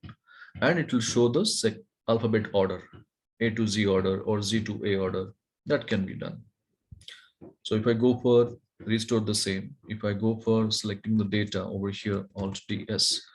So now what is happening? Sort by salary, I am going for it. I have chosen as largest to smallest. That was our default first we created. Now if I go for add label over here, department over here, I go for A to Z. Now what is happening? Since my data is in table format, this is not going to happen. Yesterday we discussed that about that if you have the table format, it takes its own formatting, like the @ symbol, square brackets and everything, it goes in that way. Okay, so this is the trouble for table formatting if you want to apply. And if you do not want, then slicer will not appear, because slicer comes only if it is in table format. So this is what the challenge. And is there a way to solve this apart from macros? No, there is no direct options for that. Okay. Fine then. So let us go for the next sheet, naming called multi-DB filter. So here, let me take you through what is the data we have. Suppose say in my organizations where I'm working with, there they have got two plants. One is in Chennai, the other one is in Pune, suppose say. So the first plant data is nothing but Chennai data. Okay. And the second one, it is there of Pune plant data. Okay. Now kindly look at my screen and understand what is the objective. Suppose say my boss asked me, Prabhas, in Chennai plant, whatever the data we have, I want to see only Karnataka region related records.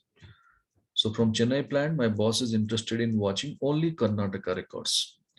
And in Pune plant, he wants to see only April month records. So this is what he's having two different requirements, okay, from two plant data. Well, so what I can do, I can go to my first plant data, right click on Karnataka, filter, and I go for selected by cell value.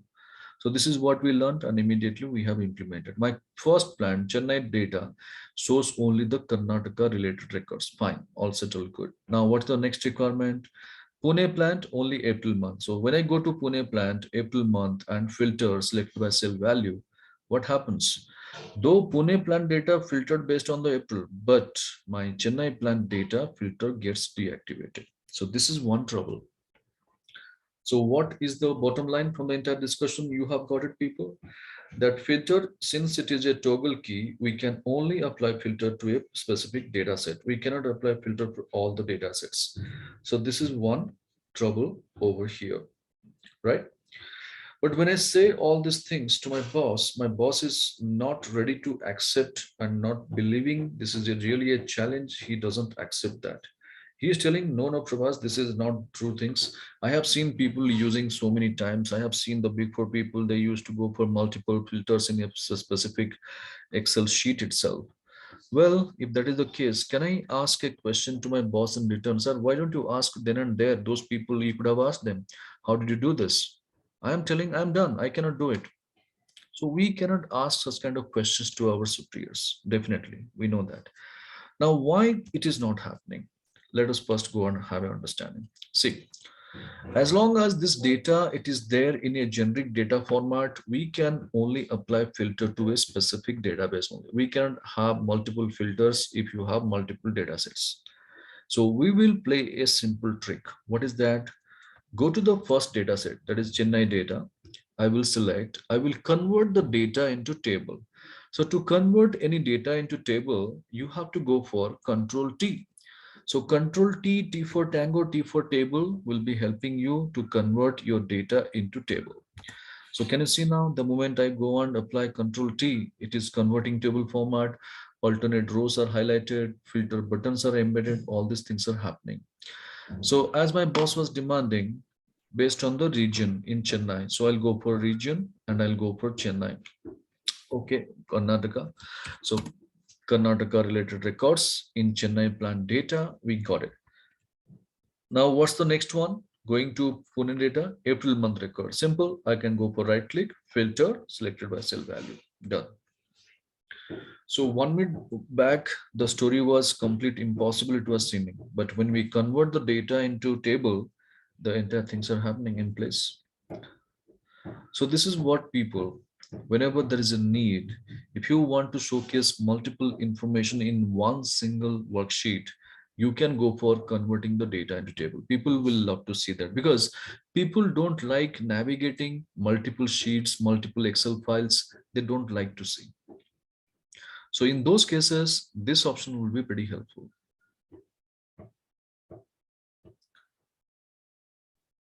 All right, so check it out. Is it working? Any doubt, any queries? Working. Right. We could also convert both into tables and then also toggle around, Yeah, right? you can do that, but that is not necessary because one data set at Just least we to can go for. give the same look and feel to Yeah, both yeah. the sets. Yes, yes, you can do that if that is the case.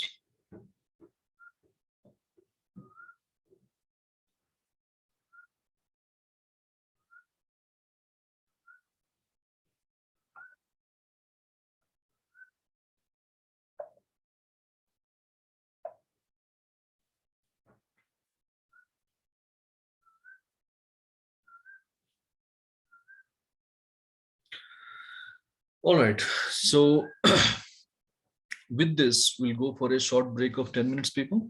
Okay, so you can have a brisk and come back soon. So now it is in my system for 4 p.m. So we'll be meeting again 4:15 p.m.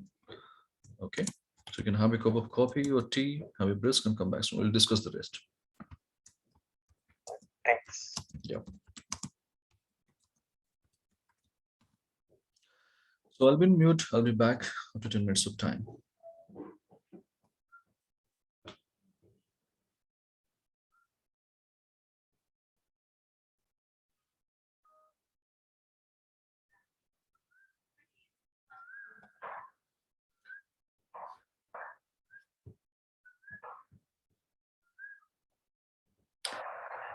All right, people. So let's go for our next topic, naming called data visualization. Okay. So here, let me take you through the data what we have with us. So suppose say I'm dealing with 12 different products in my company and my boss asked me, first get me the entire revenue report. So whatever the product wise, month wise Excel sheets I would have prepared, all those things I have opened and this is the final summary I have made it. So nowadays one problem is mere presenting the data in numbers is not enough. People don't like it. And what they want to see that your numbers should be presented effectively in terms of a storytelling format, or numbers should be expressed with the infographic presentations. So this is what in the hotcake in the market. So how to present our data effectively, that matters the most. So in that case, what we need to do, people, let's go and start working together. Create a new column next to the USD column.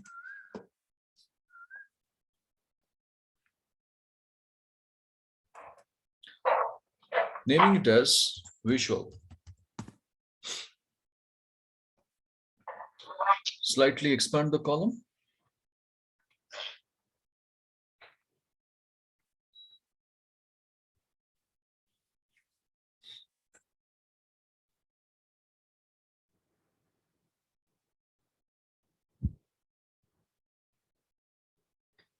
Then select your entire range of visual column like this and go for equal to, taking the reference from the left side USD column. And why we're taking the reference? Because tomorrow when you do the changes in USD, automatically visual column will be impact accordingly. So we need to go for again separately doing a copy paste action. And now go for Control Enter. We got the similar data of USD ready in visual column. So kindly confirm you got your data ready. Yes. Right. Now, once you got your data ready, then having the selections with the data from the visual column, go to Home tab, Conditional Formatting, Data Bars. When you go for this option, you can find there are two categories. The options are open: naming, gradient fill, and solid fill. So go for gradient fill, one combination of the color, whichever you like, you can take this. So I like this light blue data bar. I'll take this. And once I go and click on this, you can see with immediate effect, it is going to apply in my data, or more or less, it will be giving a feel as if a bar chart is created out of this data. So more or less, do you feel that a bar chart is created?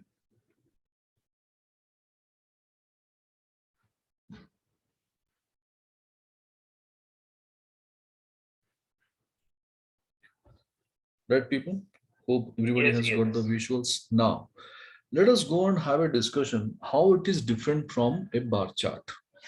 See, the moment you prepare a bar chart out of this data, the data will be in one location and bar chart will be in a different location. But here, the bars are exclusively applied on the cells. Advantage number one.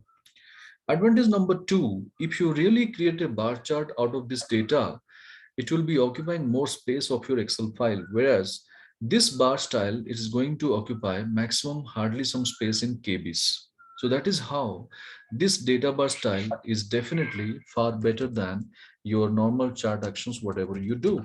For the data visuals purpose, you can make use of the same. So whenever you are going for your templates or you are going for your dashboards or any kind of summary reports, this is going to add more value And where it is available? Home tab, conditional formatting, data bars. Now, whatever we have applied, that is anybody's job. Anybody can do that. Going to simple home tab, conditional formatting, he also can apply. So now the time has come how to make our presentation different from others. See the beauty.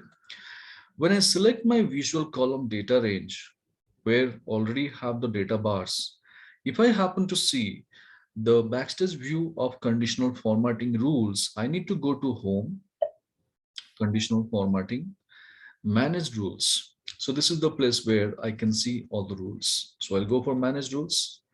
And the moment I go for manage rules over here, you can find there is an option called edit rule. And when I go for edit rule, you can notice this is the place where you can customize the rule, like changing the colors, defining the border to the outline over there, or going for changing the directions over here. Anything you want, you can carry out over here. But one thing, a very beautiful tip or information for you, kindly check. There is an option over here called show bar only. The checkbox is not activated. You can activate that checkbox. And finally, go and click OK. And click OK to come out of rule and see the beauty. So when you are presenting the data, trust me, people love to see your product column and the visual column. People hardly interest having over there reading the column like numbers or billions, millions, lakhs and crores. They don't like reading it. So instantly giving the information this visual column, right? So this is how the moment you have done all these things, you can take the same by copying the data, going to your PowerPoint, and over there, hardly need to struggle over there since you have done all these necessary formattings in Excel. You need to go for presenting the same in PowerPoint in this immediate format. And when you present it, this kind of high definition gradient colors is not available in PowerPoint. And there, when you are presenting it, this is going to add more value. People will love to see a neat and clean format, right? So this is how we have understood how to make use of our data bar style from conditional formatting to add more visual appeal towards your presentation and make our presentation more meaningful. So I believe everybody is clear up to this.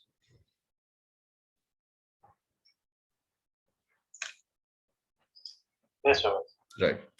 Now, one more thing I will tell you people, whatever we have done so far, though our people are looking at the data, but still they are not happy. Reason? Because nowadays the audience expectation is very high. And what audience expects from us, I'll tell you. Audience is believing that, and they're always in the expectation that whenever you are presenting your data should speak a story to the people. So you should not write a paragraph and ask the people to read and just understand by themselves. Your data should be efficient enough. So how to make our data efficient enough to tell the story? Let's see. Selecting this product and USD column, going for data sorting, Alt DS, sort by USD column, and choose order largest to smallest. And the moment you click OK with immediate effect, see the beauty. What kind of story it turns up, like from the entire category, product category. From category 12, we have got the maximum revenue. And from category 4, we have got the least revenue. So any layman, whoever is watching my data, he can have immediate impressions about this. And since I have done the same in Excel, if I want to present it in PowerPoint, I hardly need to struggle. That's what I told you. And when you are presenting this data in PowerPoint, just look at my screen. Keeping yourself in the audience, if you look at which option looks better, option 1 or option 2? Right side. Definitely. So people love to see this kind of information. We are not doing anything extraordinary over here, but a simple changing of data pattern or arranging the data in an order and adding a simple ready-made visuals, it gives a lot of impact to our data. So taking the live data, keep practicing about all these things and make your data more enriching or appealing in terms of visuals. So any doubt, any queries in our situation 1? Prabhas, I have one query and one doubt. Please ask me. So one doubt is when we give the formula equal to and select this B7 and then press Control Enter. So before that we have to select the entire column, right? Absolutely. Then only it will work. Oops. Definitely, that's what we discussed in day one also. So when we are selecting the entire range, do we have to, keep, because when I go to that row to apply the formula, the selection of the range vanishes. Because you are clicking again. See, you should not click again. You should select and immediately start typing. I have selected, I started typing. I did not go to that cell. Okay. So when we start typing, it will take the value in the first row itself. Absolutely. Okay. My second query is, let's say this data keeps on updating daily, and let's say another value is added 1000 something, and next date it goes up to 4200. So can we give like highlights in colors as conditional formatting is done, so that based on some ranges of the numbers, the color goes on changing, so that we understand, okay, today the profit is green because the value is this. The other day the profit is yellow because there's no profit, the value is in this range. So the basic concept of conditional format. Absolutely, you can do that. So you can select the range wherever you want to apply. For highlighting, always conditional formatting, you can use it. It's not a problem. So suppose that this set of data, you want to apply some color. Going to home, conditional formatting, highlight cell rules. Greater than 5,000, 2,000, 10,000, anything, you can make it. If it is less than 5,000, you can go for less than rule. Or if you have got multiple parameters, something bottom value and top value, you can go for between value. So all these direct options are there. So it is completely child's play. Once we give it and keep on adding in this table, it will automatically keep getting highlighted. You have to select an anonymous range. If you believe that you anticipate that, okay, today I am having only 4 cells. Maybe tomorrow 100 cells may come up. So you can take exactly the 100 cells like this. And then you apply. So tomorrow when you keep on updating your records or adding many more records bottom, automatically so it will keep on taking it. Absolutely. Yeah, fine. Yeah. All right, people. So we have done with our situation 1. So now I'm going to take you through the situation 1, one more flavor. Please have a look at the screen. See, if you understand this visual options, how is the bar direction? It is always left to right. Yes, because all the places value is positive. What if you have a negative value any point of time? Of course, logically, the data bars directions will be in the reverse one, like right to left. And if it is negative, what should be the color of the bars? Ideally, it should be red. So let's see. Now, if I go to category 3 and I change my value of the USD column to -4500, see the beauty. With inbuilt formatting, it is getting applied. I don't need to go and take a separate headache for application of different formatting or coloring the bars. So this is what the beauty, which is really going to get the attractions or focus point of my audience that is been embedded over here. So that's the beauty of our data bar style. Okay, fine then. So now let's go for our situation number 2. So we have got same category wise USD, no doubt. Now let us go and create one more column naming called visual. So let us go and explore what are the other data visualizations tools we do have to add more value towards our data. So kindly select our USD column data.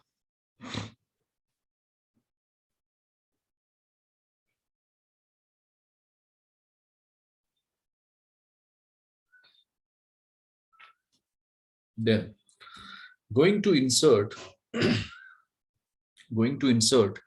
you will be finding people, there is a category called Sparklines. In this Sparklines group, you have got 3 different types of Sparklines like line, column, win or loss. You can go for this column one for the time being. Okay. So when I go for insert Sparkline, column Sparkline, it will take me to a dialog box. And this dialog box, it is demanding where is the data range. Data range is already selected. Then it is asking. Sorry, I'm not able to see this Sparkline. You will be getting in insert. Then in middle somewhere, you will be having 3 different types of Sparkline category by default will be there. Sparkline is the group, name is line, column, win or loss. Oh, is it? for any particular version? No, Because I am using a no. It is there since 2010. It is there. Okay, got it. Yeah. So going to column, if I go and click on column, then it will be demanding a dialog box for me. And the dialog box is demanding where is the data? Data is already selected. Location, where is the location you want to present your data in a column chart? The visual column, first cell. And when I go and click OK, you can see the entire USD column data is creating a visual impressions, but that is not so clear. So what we can do is we can select the rest of cells. Don't drag it. Don't drag it. If you drag, the meaning will be different. So you got to select all the cells like as I selected. Then you got to merge them. So to merge the cells, we need to go to home and we have a direct options, merge and center. And now if you see, it will be giving more or less like a column chart kind of feeling over there in the data.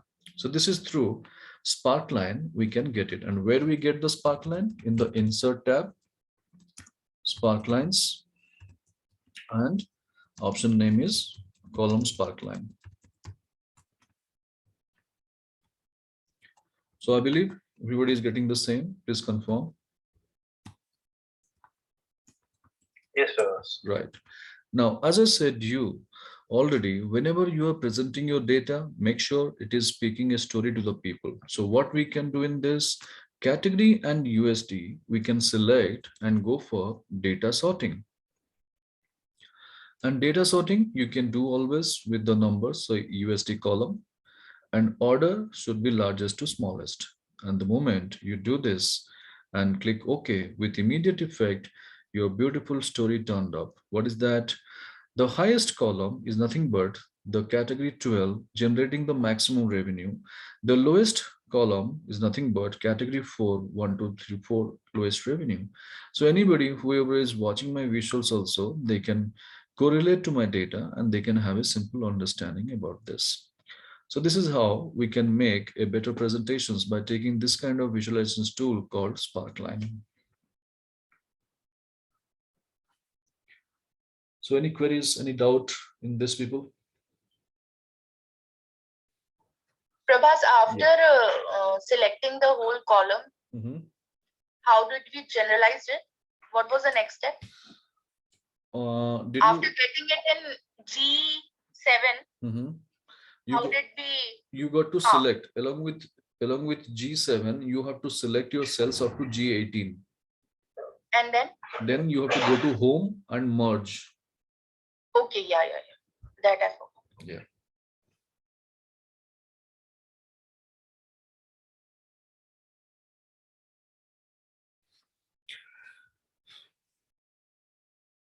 So here, now you must be thinking, okay, Prabhas, can we have the respective values embedded across all these columns? Like your charts you do, the data labels, can we add it over here? No, that's not possible.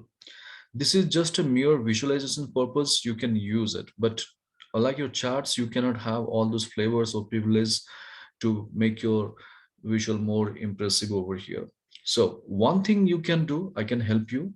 The highest column, whatever the first column, the highest column, you can turn the same into green, and the lowest column, you can turn the same into red. So just to stand out of the crowd, if you want to give extra flavor, you can do that. But how? I'll tell you. So look at my screen, please. I have selected my visuals. You can see in the extreme right, there is a tab called Sparkline. It is activated. If you are in 2013, 16, it would be options or tools. Name would be slightly different, but you will be having that option over here. Okay. There we have an option like marker color and Sparkline color. So go for marker color, not the Sparkline color. And high point, you can customize to green. Again, marker color, low point, you can customize to red. So this kind of options, formatting purpose, we do have in our Sparklines, and that will be adding more value to the data. Okay, Sparkline over here, these options. Hope you're able to find the same and apply.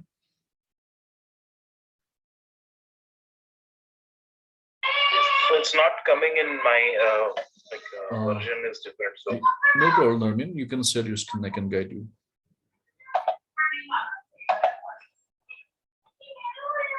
to share the entire screen, right? Or yeah, you have to go for desktop or screen. Don't share your window. Go for desktop or screen.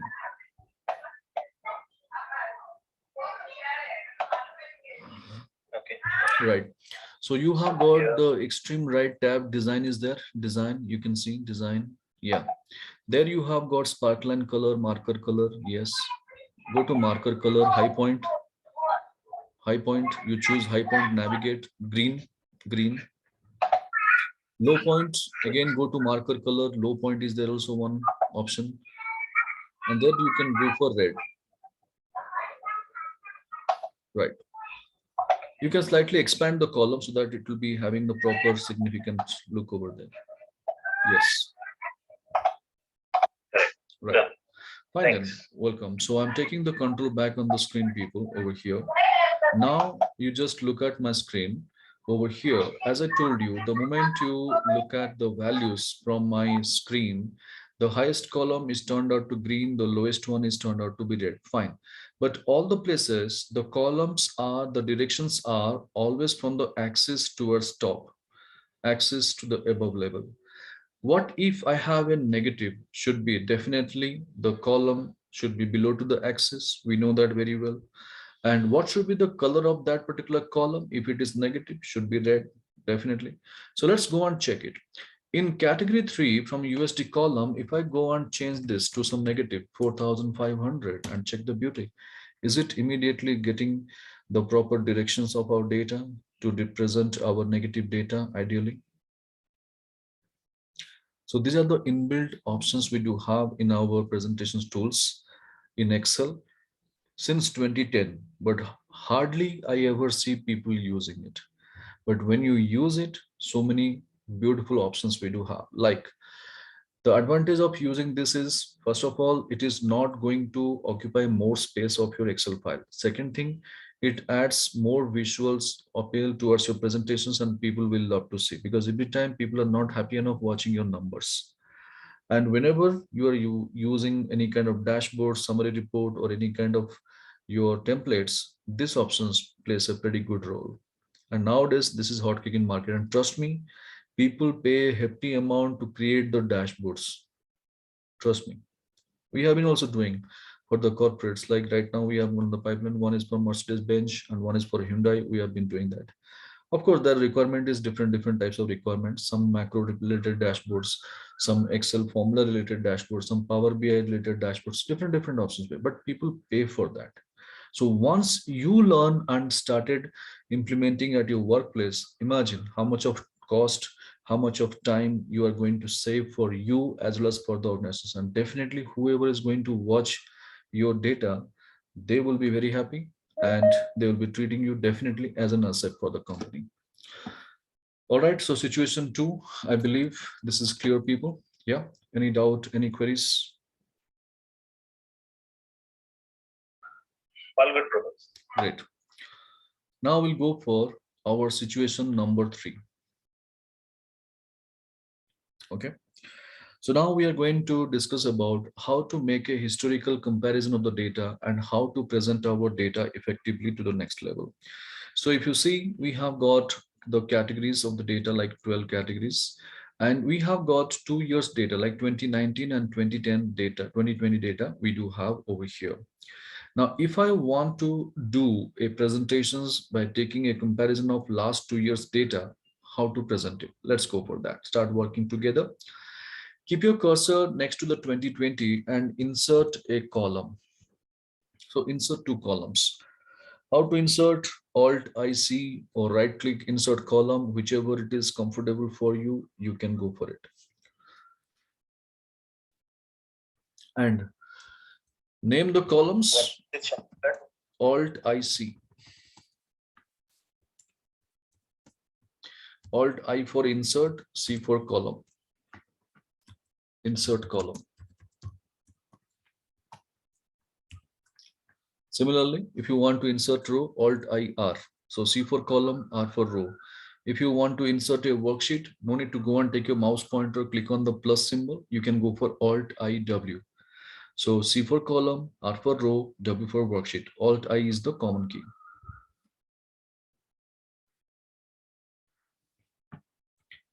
So next column, we can name it as growth. And then next column, we name it as visual. Prabhas, Alt IC will work only in 365. No. It is not version specific. Any Excel word. Mine is opening insert hyperlink. Alt IC. No. Alt IC will never open a hyperlink for you. Just check which are the key. You're literally control. Are you using control IC, something like that? Wait, I'll check again. You carry.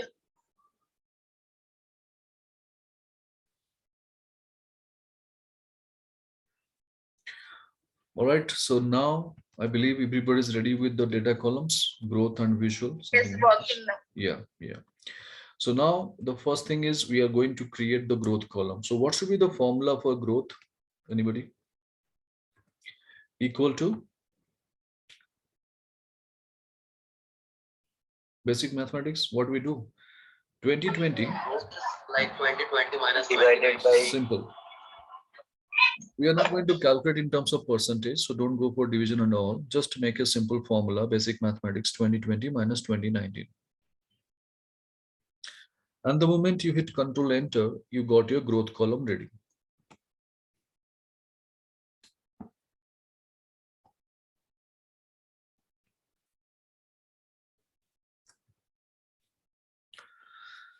Now, when you hit over here, Control Enter, data is ready. Let's go for the visual column also again. And as we have done the practice, equal to, from the growth column, you can link the data, Control Enter. So we got our growth column ready, visual column also ready. So once your data is ready, please confirm so that we can proceed further.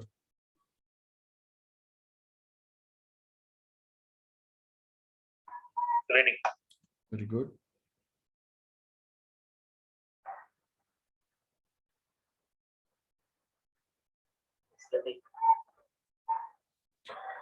Thank you so much for the response. How about the others? Okay. Now, please stay focused. The moment we have done with our data, then I have selected my visuals and I have gone to Home tab, Conditional Formatting. There is an option called Icon Sets. And when I go for this icon sets, you can notice this opens with 4 different categories like directional, shapes, indicators, ratings. So it is up to you, depending upon your data, whatever you are dealing with, you can go for application of the rules from the icon sets, and you believe this is the ideal, you can take it. There is no hard and fast rule. But if you ask my recommendation, Pravas, what is your recommendation depending upon the data? So I would suggest if you are working more with regard to the projects related activities, you can take these shapes and indicators that will be adding more value or meaningful presentations it is going to make for you. If you're more working with the text related data, like your assessment templates or risk assessment templates or balance scorecard template or any kind of scoring or rating kind of files you are working with, you can go for this ratings kind of options. This is going to add more value. Then rest of the cases, like where you are having more or dealing with the numbers, the numerical data, sales, marketing, accounts, finance, stores, consumptions, anywhere, or production, where the numbers are more, you can deal with this kind of directional keys. But again, there is no hard and fast rule. There is no separate tutorial Microsoft has ever designed to deal with the same. So it is up to you completely. So I'm going to take the first rule, that is directional first rule, 3 different arrow keys. If I take it, now can you see? It is adding more beauty towards my data, having this kind of icons applied over there. Looks great. What say?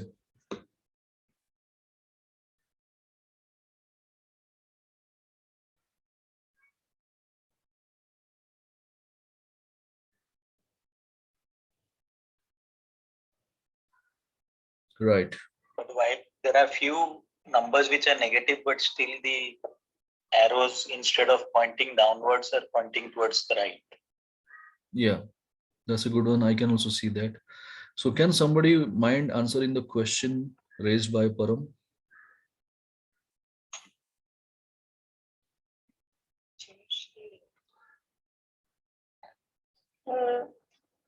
I think it is taking category wise. Param, is it clear?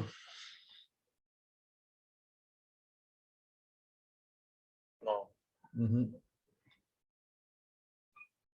Anybody else? See, this is what the real-time situation, what Param has raised, everybody will ask like that. So you have to do your homework properly. Yes. So though there is a decrease of negative number 2051, but when you come to the category 6, there is an increase, though it is a negative number. So how it is signifying actually? I mean, make it any logical expression. See, green color arrow key, it is something I can make out compared to last year. This year business is increasing. Red color, I can make out something is decreasing. But yellow color, there is no significant changes are happening or making it logical expression, because positive number is there also, yellow color. Negative also it is showing with the yellow color expressions of the icon key. But still growth, you can see. But how? Negatives, how it should be? Negatives directly it should be the down arrow key, correct? Red color down arrow key for negative any point of time. No yellow color arrow key should be there. It is taking the entire category and averaging it. Okay, if you do so, then my average, if I'm going to calculate, is equal to average. Immediately I'm going for checking the same. My average value is 577. So if 577 is the base, more than 577 everywhere, it should be the green color up arrow key. So 671, which is more than 577, still it shows as yellow color.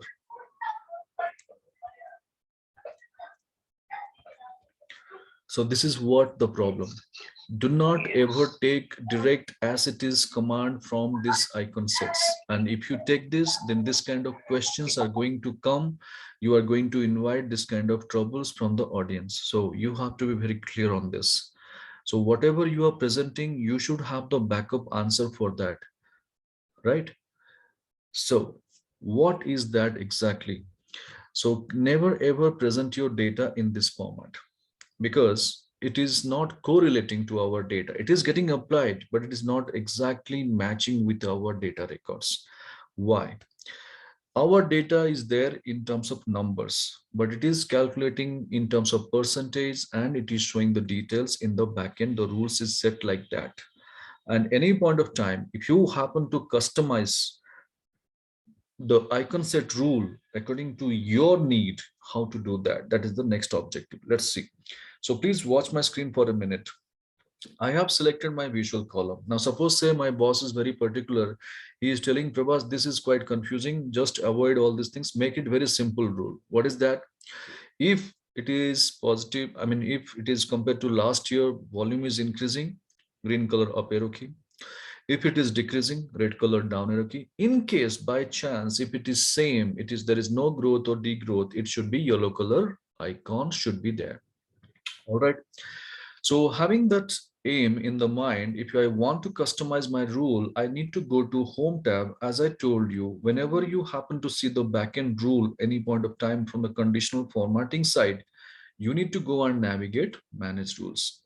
The moment you go to manage rules, we need to go for edit rule, of course, and in edit rule, you can see the status, what it is showing. See, first of all, it is showing the data type in percent, whereas our data is there in numbers. So this is what you have to do the changes. So first I'll go and do the changes, data type to number. Again, in the second set, data type to number. This is the first change. Now, when I go for changing the same, my value gets automatically set. Now, what is the rule? Like green color icon will be applied when value is greater than equal to 0 number. This is how we have to read. But I do not want greater than equal to 0 number. I want to make it simple greater than. Now, rest of rules automatically get set. You can see when I set my first rule, automatically rest of rules are set. Like when it is less than 0, it is coming up obviously in terms of red color down arrow key. When it is more than 0, then automatically it comes as green color up arrow key. All these things are set. Now, one more information, pretty important one, you should not forget to do that. Show icon only. This option has to be enabled. This option has to be checked. And finally, you need to go for clicking OK. So all these things you must do first. So I'll go for show icon only, clicking OK, and again clicking OK. I got my things ready. So can you see now a beautiful report pattern it generates over here, and people will love to see this and this. Nobody is interested watching your numbers, billions, millions, crores, or lakhs, whatever it is. They will simply make out category 1, there is a growth compared to last year. Category 5, of course, there is a decrease in the revenue. Anybody can make out. And there is no yellow color symbol because no case the value remains the same. So everywhere, either it is positive or negative. So let's go and check it out. If the value remains same, category 6, 1730 in 2019, again in 2010, suppose 1730, is it being applied the yellow color icon? Can you see? Right? So this is how you should customize the rule. So please go for it. Application and check, is it happening? Any doubt, any queries? Do let me know.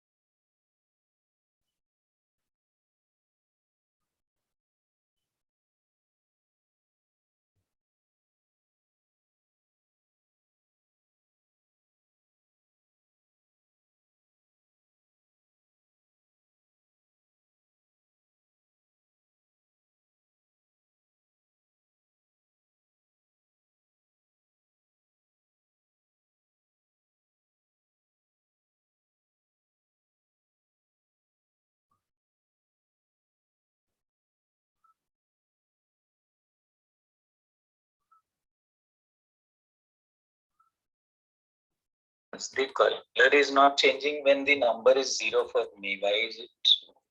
Color is not changing? When the growth is 0, ideally it should point the color should be yellow arrow pointing towards right, which is not happening. So it's not working perfectly for me as well. Right. See, Param, can you please share your screen? Let me have a look. What is the changes happen? And Dharmin, you can just cross check. Yes.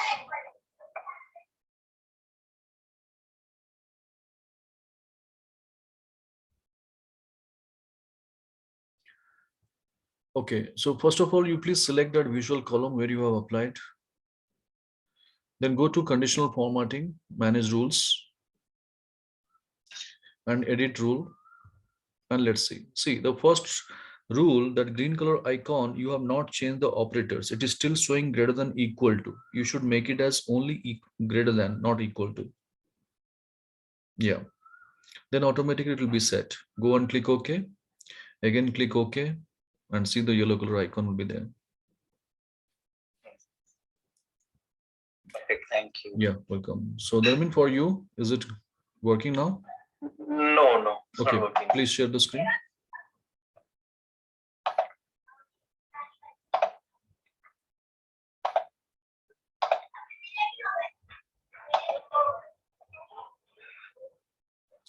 All right.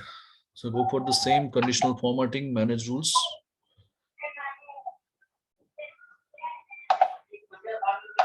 Right, edit rule.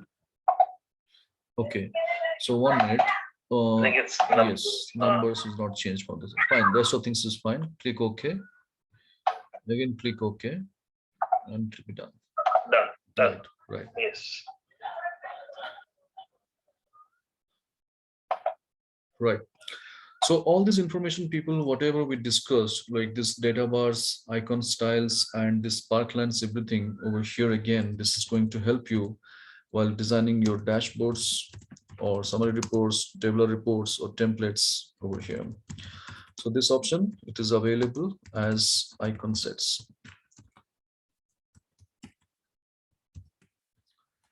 Now, let me take you through our next situation, situation number 4.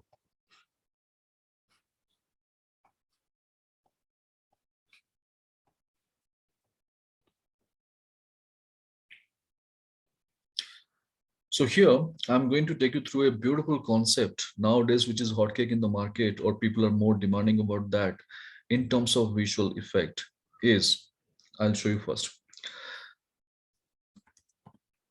So nowadays, people are more demanding about the infographic presentations. Okay, so what kind of infographic people are so interested watching the same, I'll tell you. If you look at these reports nowadays, quite common over there in the industries or big four firms you are looking at, or McKinsey and Co. or Bain and Company presentations, if you see more, they will be having this kind of presentation. So what kind of presentation is this? The numbers are there, ready-made numbers, whatever you are presenting, along with the icons. So if it is something human resource related records or department wise, how much salary we are presenting, suppose this kind of records, then these are the icons, human icons, that is adding more value towards the presentation. Now, suppose say you are presenting your revenue related information. So nowadays more popular, I'll tell you what is that revenue information people love to see is this kind of dollar back kind of symbols. So this is what more interesting and people love to see, and looking at the same, people are mesmerized with that. And there is a curiosity amongst the audience generates, is it really done in Excel or they are using some different software? No, it's done in Excel only. But how to do that? So this is what you keep in your mind, and we are going to discuss something on this. And this is what nowadays people love to see. But how to create that, how to design that, we are going to discuss. So this option will be available only in 2013 and above versions of Excel, and this option can be availed through a add-in. And this add-in should be enabled if you are working with your official laptop. Sometimes some admin, they will not allow you to go for this kind of admins. But if you're watching your personal laptop and you are having 2013 and above versions, there is an add-in you will be getting. Look at my screen first. The add-in comes in over there in the insert menu, and there is an option called green color symbol people graph. So if it is there, you can use it. If it is not there and you are in Office 365 and you have got the administrator rights, there is an option called get add-ins. So you can install that add-ins. This is just a one-time task you have to do. So going to get add-ins, it will connect to your Microsoft Office server, and there you have to go for search, and in search type people graph. Okay, so when you go for people graph and hit enter, this is going to get that add-ins, and there you have to click on the add button. So this is one-time task you have to do. If this add-in is not in picture and you are in Office 365 and you do not, you do not have the restrictions and you have the administrator rights, you can do that. So now I'm going to take you through this. So watch my screen, please, first 1 minute. I will go and click on this people graph. So what it happens now, the application is loaded over here. Okay, so this is the application. Okay, I'm going to take it through over here. Now this is taking its own ready-made data. So now the question is how to connect this application with my data. Okay, so what I need to do now, I'll take you through. Okay, when I check this application, in the top right corner, there are two buttons are activated. One is my data icon. Okay, one is my data icon. This is called data icon. And this is called my shapes icon, settings. So these two icons plays the entire role. How? If I go to my data icon on this over here, this will be asking me where is the data. So this is my title to fix. So suppose say this is my human resource or headcount related data. So headcount, I'm giving it, suppose. Now select your data, the tab is there. So this will help me to select my data. So I'll go and click this and I will take my data from this point. So when I take this, can you see?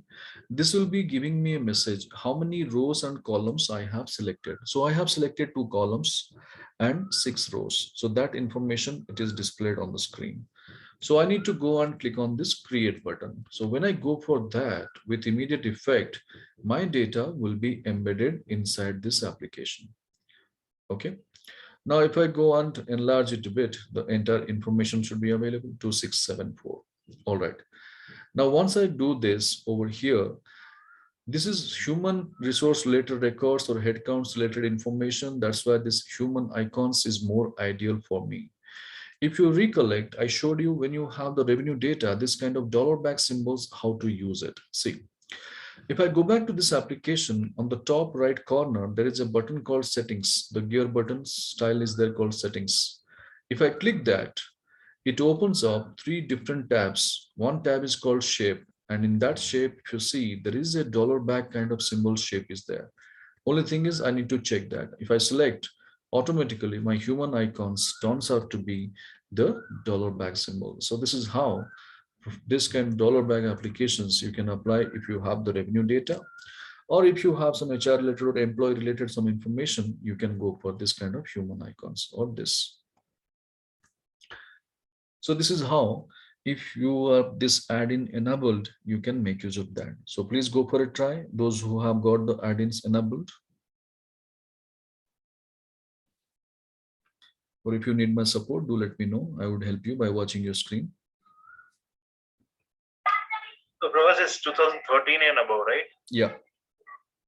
So mine is 13. It's not add-in button is not there. You have got your product licensed? I am not sure. I don't think it's licensed. That's the trouble. Because how we'll check that? I'll tell you, in the top right corner, there is a sign in button. Is it showing your name? No. Then it is not a licensed product.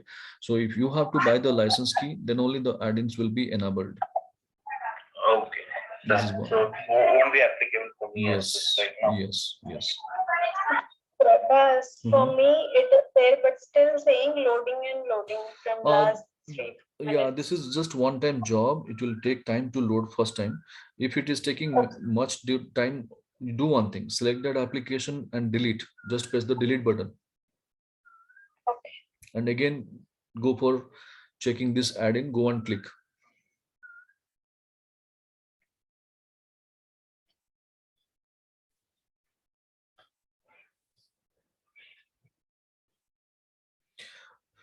Plus my screen is also not working. Okay, could you please share your screen? Let me see. Yeah, it is there. You can bring that application towards your right. Oh, that I'm trying, but it is not moving. No. You are not clicked properly. You please do that. Follow my steps, please. Yeah, click inside one time. No, don't drag now. Click one time. Just click. Click on that. Yeah. Now it is activating the icons in the top. You can see icons. It is getting active. So please make your mouse pointer to the border, at the bottom or right border. You take and click that. Yeah, click. Click now. Now you take it. No. Again, you are missing that. See, taking your mouse pointer to the border, click once. Taking your, yes, that is called the navigation button. No. You take little bit left. Come down to the exact line. Yes. Now hold it and drag it to the right. Okay. Yeah. So now you can bring it little bit down so that both the icons should be visible. Yeah. You go for the first one. Click on the top right corner. Yeah, first icon, data tab. First icon, data tab. Yes. Now you change the title. This is the place where you can change the title. Yeah.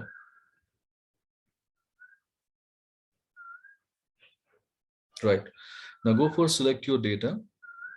Right. And take this data set. Yes. Create. Yeah. So you have got all the icons, but the only thing is that font size is a bit heavy in the application. So you have to reduce the font size and you have to increase this application height and width. So application height and width, yes, diagonally. Okay. Now slightly you have to reduce the font size. You take it a little bit up. Yeah. And then do one thing. Are you using your touchpad or mouse? Mouse. Very good. Now select the application. Select the application. No, I told you how to select. Take the, yes, that is the application selection point. Now hold your control button and do the scrolling towards you.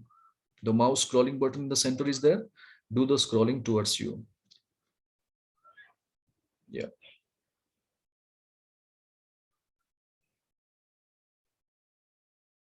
Right.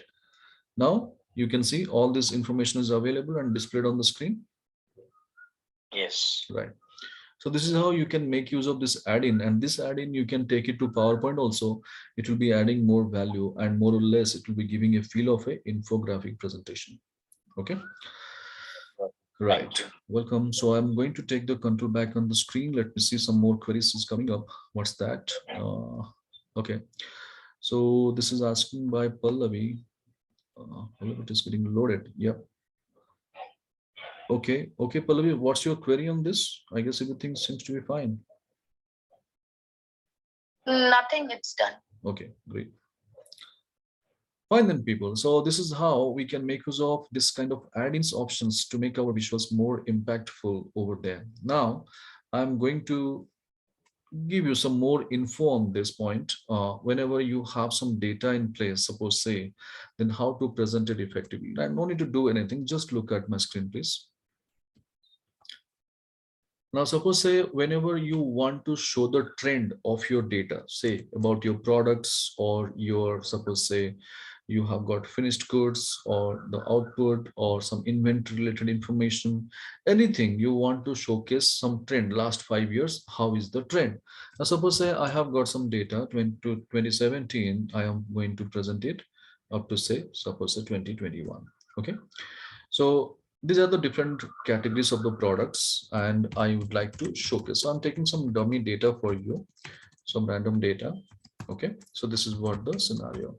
Now, if I want to showcase this history properly rather than showing the numbers, then how to present it effectively, and so that people can instantly have that information, what is the trend of our products. So I can take a cell naming called visual, okay, over here, and I'll color that a little bit different. Fine. And once I do this, then I'll go for selecting this entire 5 years data of one particular category. I will go to insert. There is a sparkline we discussed, and today we have gone for column. Now I'm going for line. So when I go for line over here, I can take the range is already selected, location, this is the cell. Okay. Now, when I go and drag this for the rest of the categories and see the beautiful line graph is created, and there is a sparkline tab where I could choose the markers and see the beauty now. Whenever you are presenting the same to the people, people will love to see this over here and this. Nobody is willing to see your numbers boring over here, because numbers are always boring for the people. And how to interpret, how to make out, see the beauty. Category one, if you see compared to last year, past 3 years, there was a consistency, but last year drastically it has gone down, maybe because of pandemic, could be the case, but immediately it has picked up. So it's a good sign for the company perspective. This category of product is making a good business for me. But compared to category 3, if you go for this product is just definitely making better and better over a period of time. So compared to last 2 years, this year even it is better. But when you go for category 4, this is going down and down. Why? There is no demand in the market, could be the case, or we do not have the potential buyers in the global market, could be the case. So this is how people love to interpret your data. And this is how a simple visuals, how it is making a difference over there in your presentation, you can make it out.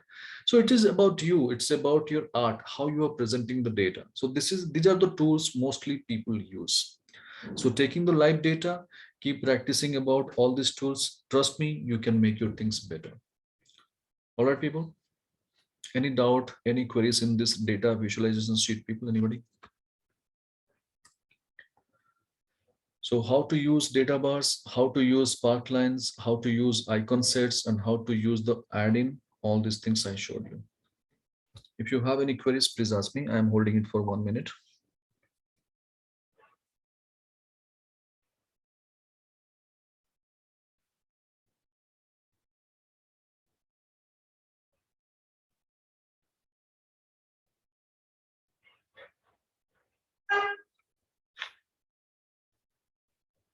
Sir ये आपने 2027, 28 and 2019 का जो column add किया, कुछ तो I think आपने visualisation something कुछ तो आपने ऐड किया था वहां पे, तो वो थोड़ा रिपीट कर दीजिए ना. हाँ, फॉर्मूला. yes, yes. हाँ, Right. तो डेटा सैम्पलिंग के लिए हमारे पास एक फॉर्मूला है is equal to rand between.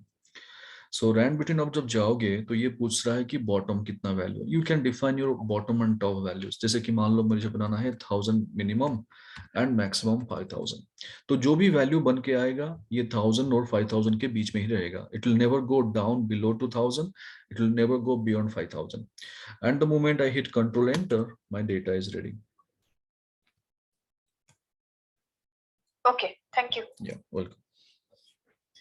तो ये सब हम जो बनाते हैं, जैसे कि डेटा मेरे पास नहीं है, मैं एक प्रोजेक्शन दिखाना चाहता हूँ या डेटा मॉडलिंग करना चाहता हूँ. मोस्टली जो फाइनेंस मॉडलिंग जो काम होता है कॉर्पोरेट्स में, जैसे कि corporate strategic and planning division वाले ये सब चीजें बहुत यूज करते हैं. तो वहां पे ये फॉर्मूला रेडीमेड डेटा बनाने के लिए काम आता है.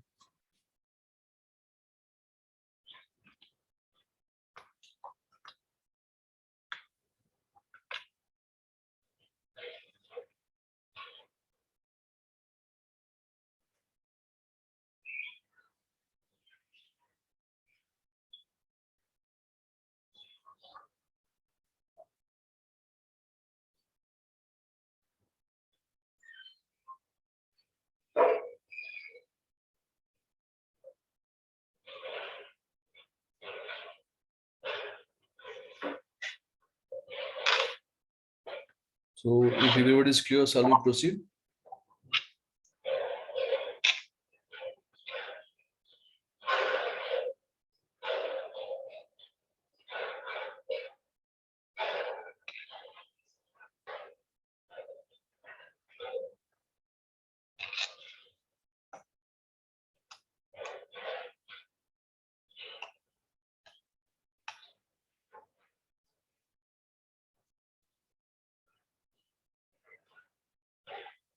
Yes, people, could you please give me some response in the chat box? Shall we proceed? Good to go. Okay, thank you.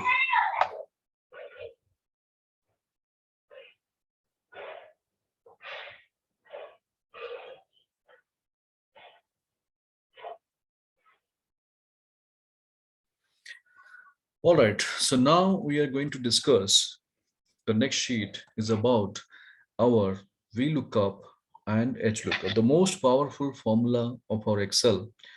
And in our routine activities to search our records, we need to use these formulas the most. So we are going to discuss that. So first of all, anybody who doesn't know what is VLOOKUP, feel free to answer. Anybody who doesn't know VLOOKUP, please drop me a message, don't know. Because if you do not know, I will start from the scratch. If you know, we can skip the topic because there is no point discussing anything which you do not know. Okay. All right. So yeah, I do understand. No problem. I will help you out. All right. So first, let us have a basic understanding what is VLOOKUP. V stands for vertical. So whenever you are going to search your records from different sources, like different file, different sheet, then you have to go for application of this VLOOKUP formula in Excel. So instead of doing the things manually, you have to engage your formula called VLOOKUP. Okay. So let's go for that. How it operates, I will tell you. So let me put the data first in a story format. So suppose, say, take an example, you want to purchase a laptop. You have seen a lot of brands in and around your people, your friends, your colleagues they're using. So what you did, you have created one Excel file with the list of brands. Jo brands aapko pata hai, you made a list of that. Fine. Now that file you saved it, you went to the market to a shopkeeper, you asked that, could you please give me a catalog for the laptops, whatever the brands you are dealing with, what is its configuration and how much is the price. If you can give me a catalog, it will be very easy for me to take a call, which is best fitting to my requirement. I can go and order. Okay. So the vendor has given a catalog. So the catalog is like this, brand and rate in one piece of paper. It is there. And taking that paper, we come back to our home or workplace and we open that Excel file. So now the job is we have whatever the brands we have maintained, against of that, the rates we have to populate by looking at or by checking the same in the vendor's catalog. If that is the job, then how will you do it? So first of all, we'll be look at our brand list. What is the first brand we have? Acer. We will take that. Then we'll go and check in the vendor's catalog whether Acer is there. Yes. What is the corresponding value? 22,000. So we'll come back to our list and we'll be entering the value as 22,000. So this is how you will be doing the job. Do you agree with me? If we happen to do the job manually, we'll be doing like that? Yes. Fine. Now, once we found out Acer value, what is the next one? Apple. Again, we'll take Apple. Where we'll check? We'll check in the vendor's catalog. Apple is there? Yes. What is the corresponding entry? 45,000. So we'll come back and we'll update our list 45,000. So this is how whatever we do the job manually, the same thing will be delivered by VLOOKUP. So instead of wasting our time doing the job manually, we'll be engaging the formula called VLOOKUP. Reason? Now we have got 7 to 8 items. We don't mind spending 5 minutes of time to search the records and populate. Technically, in the real-time situations, maybe you might be having 10,000 cases and you got to search in 1 lakh entries. So 10,000 data you have to search with 1 lakh records. So it is something finding a drop of water in the ocean. Right? It's very difficult. And we cannot afford that much of time just doing the job for 3 to 4 days only for searching the records and populate. So this is the place where to save our time, we have to engage the formulas of our Excel naming called VLOOKUP. So what VLOOKUP does, hope it is clear. How to write, I'll tell you, don't worry. But overall, what VLOOKUP formula it does, is it clear for everyone?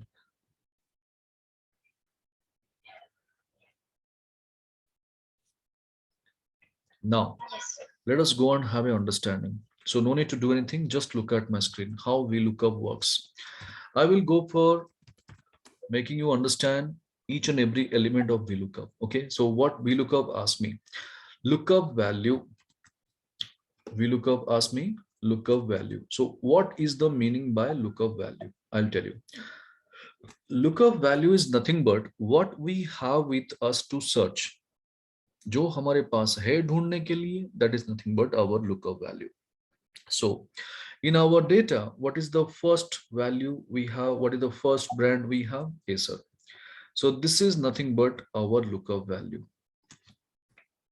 So hope lookup value is clear. And the moment you did the manual job also, the same thing we did, whatever the first brand we have, that only we picked up. So that is nothing but your lookup value. What we have with us to search is nothing but our lookup value. Done. So I have taken Acer over here, comma. What is the next thing it is asking? Table array. Table array is nothing but where to search. So taking the lookup value, table array, where to search. So just remember, wherever we are doing the job manually, where we have checked in the vendor's catalog. So vendor's catalog is nothing but my brand and rate, and this is nothing but going to be my table array. So what is table array? Hope this is clear. Yep. Now, when I go for my table array, can you see the beauty? With immediate effect, our VLOOKUP formula is applying a border to that area. So it is giving a message that you are going to search in this border area only. You should not go beyond this area. So now when I'm going for Acer, searching in my table array and giving comma, my formula is demanding column index number. VLOOKUP is demanding column index number. So what is this column index number? We need to understand. So as I told you, the moment this VLOOKUP formula is applying a border, you need to read the data inside this border area. So how do you read actually from left to right? So our first column is brand, next column is rate. So brand is our first column and over here rate is our second column. So do you agree? Yes. In this border area, out of these two columns, which column data is already there with us? Brand is there already with us? Brand. What we are looking for? We are looking for the rate. And rate is in which column in that border area? Rate is in second column. So we must define the column index number as 2. So what is column index number? I believe that is clear.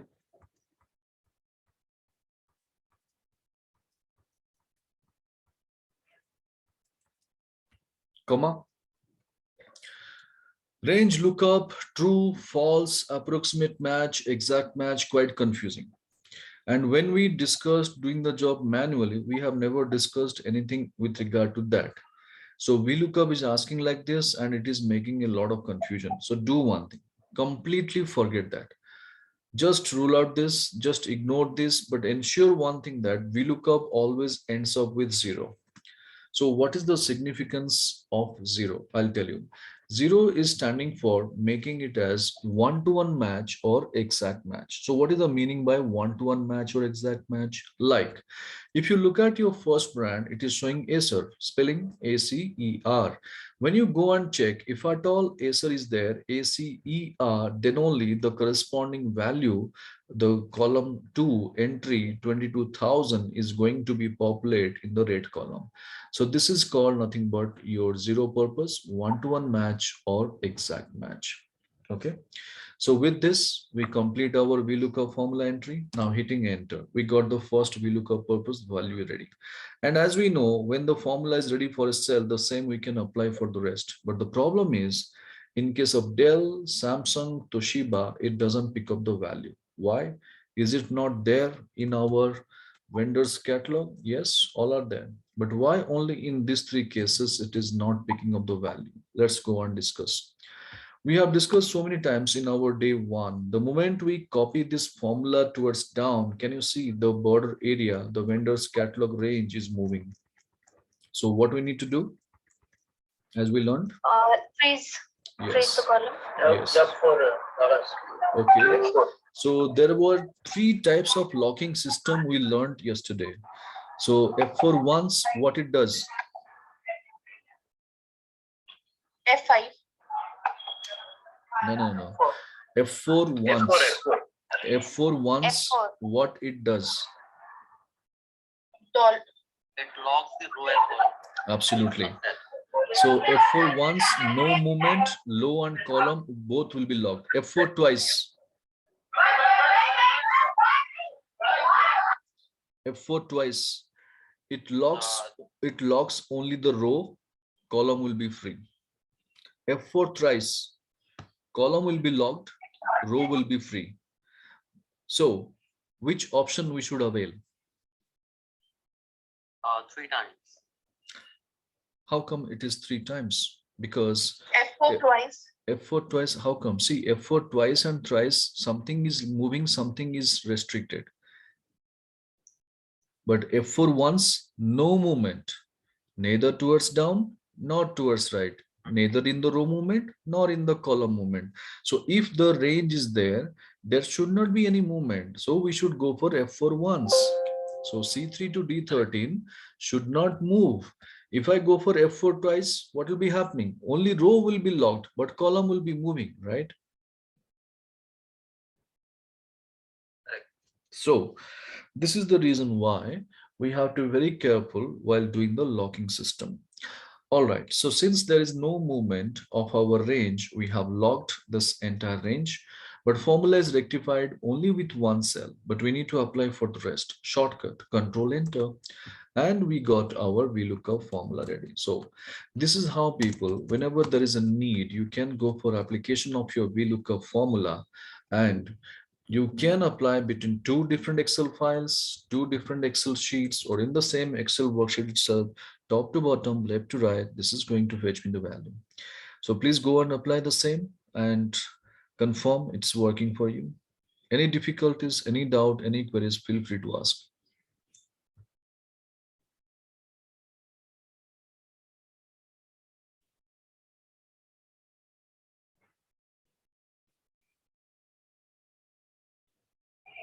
You said this VLOOKUP ends with a 0. Yeah. So you mentioned why, but can you just reiterate? Yeah, definitely. See, the moment I go for 0, what is the significance? If you see my first brand, Acer, what is the spelling? You look at my spelling, ACER. Suppose in the vendor's catalog, if the brand is containing exactly ACER, then only the corresponding entry column number 2 value will be populated. And since it is there, it is coming up. Now, suppose if I go and change something in the vendor's catalog, ACER is missing. Is it a one-to-one match? No. So it will not populate the value. So that's called one-to-one match or exact match. That is 0. Yes. If we say 1, then no, that is a different concept altogether for one. For the timing, you keep it on hold. Don't go for that. Okay. Yeah. Okay. Bas, one question. Please. How are you able to paste that formula? Yeah, simple thing. You can go for any formula, copy that first, selecting either from the your formula bar. You can select and copy, or you go for F2 edit and copy the formula, selecting the same. Then escape.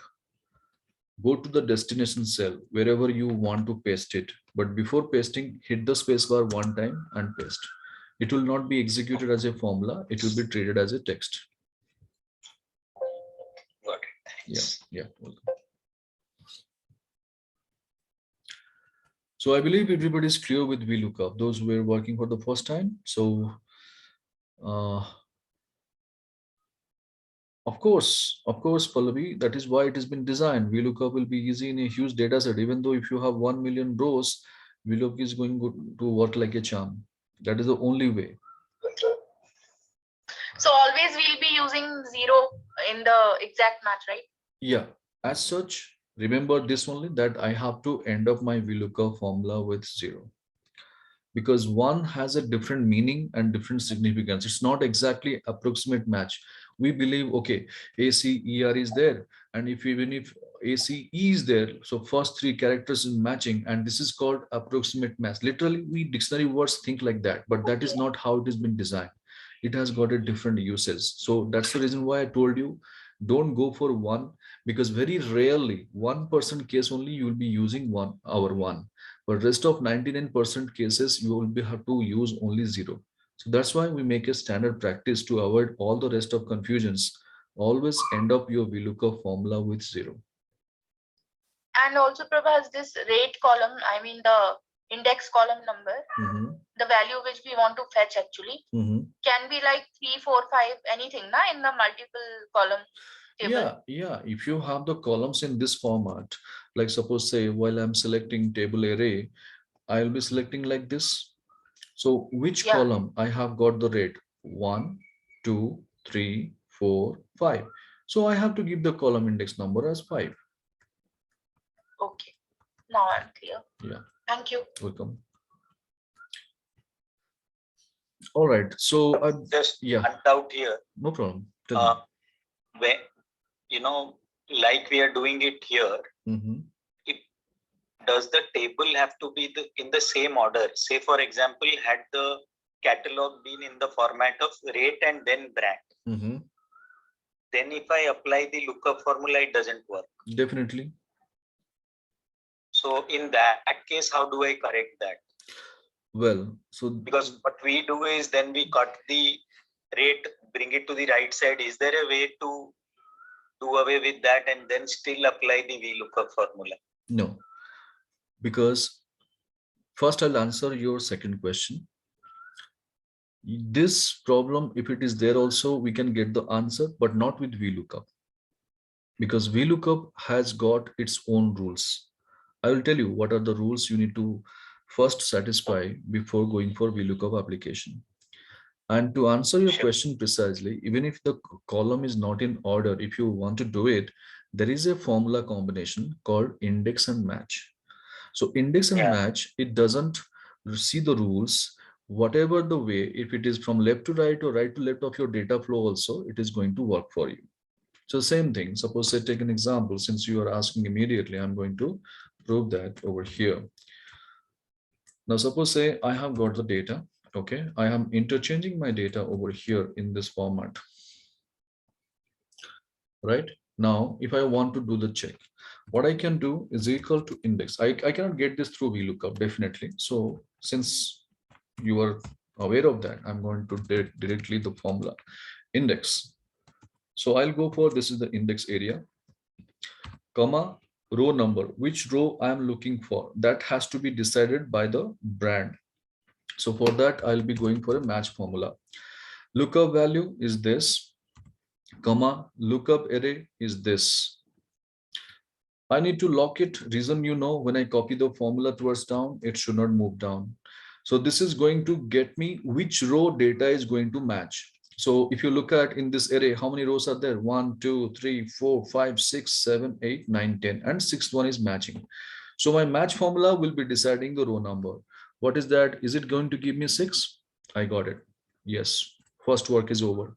Now, which column? So in my data, my rate I am looking for. So in this range, in this blue color border area, which column is containing the rate? The first column, because always we read the data from left to right. So I can directly go for 1. If I would have got multiple columns, if I were having multiple columns, I could have given the, again, one more match formula to decide my rate column. Okay, so since we know pretty well the first column data I am looking for, I can directly go for 1. So 1 signifying at the first column. And the moment I hit Control Enter, I'm getting my data. So over here, something is missing. We have to go on the locking system part. So here, if I go for match F3, this is moving, that's fine. So rate, it is Samsung, it's giving me the rate. So why Samsung is giving me the rate over here, since this is what the data, I have to little bit enhance it. So instead of C3, I should go for C2. And the moment I hit Control Enter, I got my data. All right. So this is the workaround if you have the data flow from right to left. Okay, most of the time when I use this index match, I get confused and then I end up cutting the same data and again reusing the VLOOKUP. Don't worry. I am going to make your life easy. It will be more clear. You will not forget in your whole life. Don't worry. We'll come to that level. So right now we are in the initial state. We are in the level 1 and index match is the level 3. So we'll come to that. Don't worry. Okay, thanks. Yeah. So now the moment we go for this over here, people, we are clear with our VLOOKUP formula. Now, coming to the next is called HLOOKUP. So we are going to discuss if the data is in horizontal format, then we cannot apply VLOOKUP. We have to go for another formula naming called horizontal lookup. So HLOOKUP. Rest of logics are same. Only in place of V, we have to go for H. In place of column index number, we have to go for row index number. That's the difference. Rest of logics are remaining the same. So let me take you through the data what we have with us. If you see, there are 2 row items which is given by our vendor. The catalog, you can treat the same example, you take it about the laptop brands.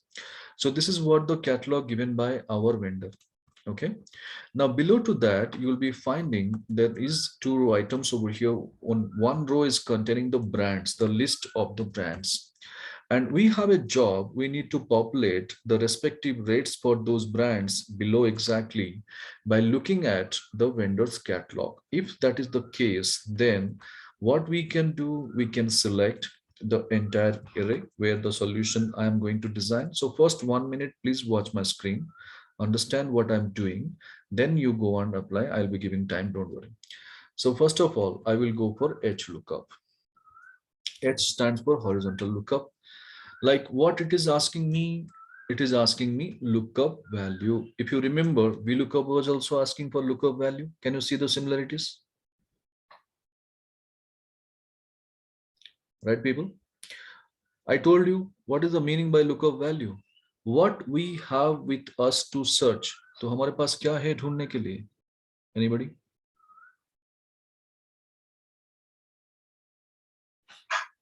There's a horizontally brand and rate. No. The brand is. We have the brand. We have the first brand, and that is nothing but going to be our lookup value. So as I told you, what we have with us to search, we have got the first brand Acer to search. That is supposed to be my lookup value. So for HLOOKUP, how this Acer has become the lookup value. Is it clear? Can I take it? Everybody's clear? Yes. Now, Yes. the moment I have taken this, and when I copy this formula towards right, Acer will have to move Apple will have to move compact. That moment we have to make it on. So we no need to lock it. Our lookup value doesn't need locking since it has to move towards right. But what it is asking next, table array. So where I have to search, I told you Table array is this area. This is the vendor's catalog. Do you agree with me?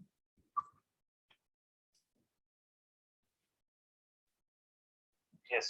So when I go and give the entire array, this is going to be my table array. And when I copy this formula towards right, this array should not move right. Like what we have faced the problem for VLOOKUP, when we copy the formula down, the range was moving down. So here there is a chance of moving the range definitely. So we need to restrict the movement. No movement. I told you, what is that? For no movement, what we need to do? F4. How many times? F4 single time. Absolutely right. Go for F4 once so that no movement will be there. Fine. Table array is defined. Coming to row index number. Formula is asking row index number. So in our data, if you see table array in this border area, how many row items are there in this border area? How many row items are there?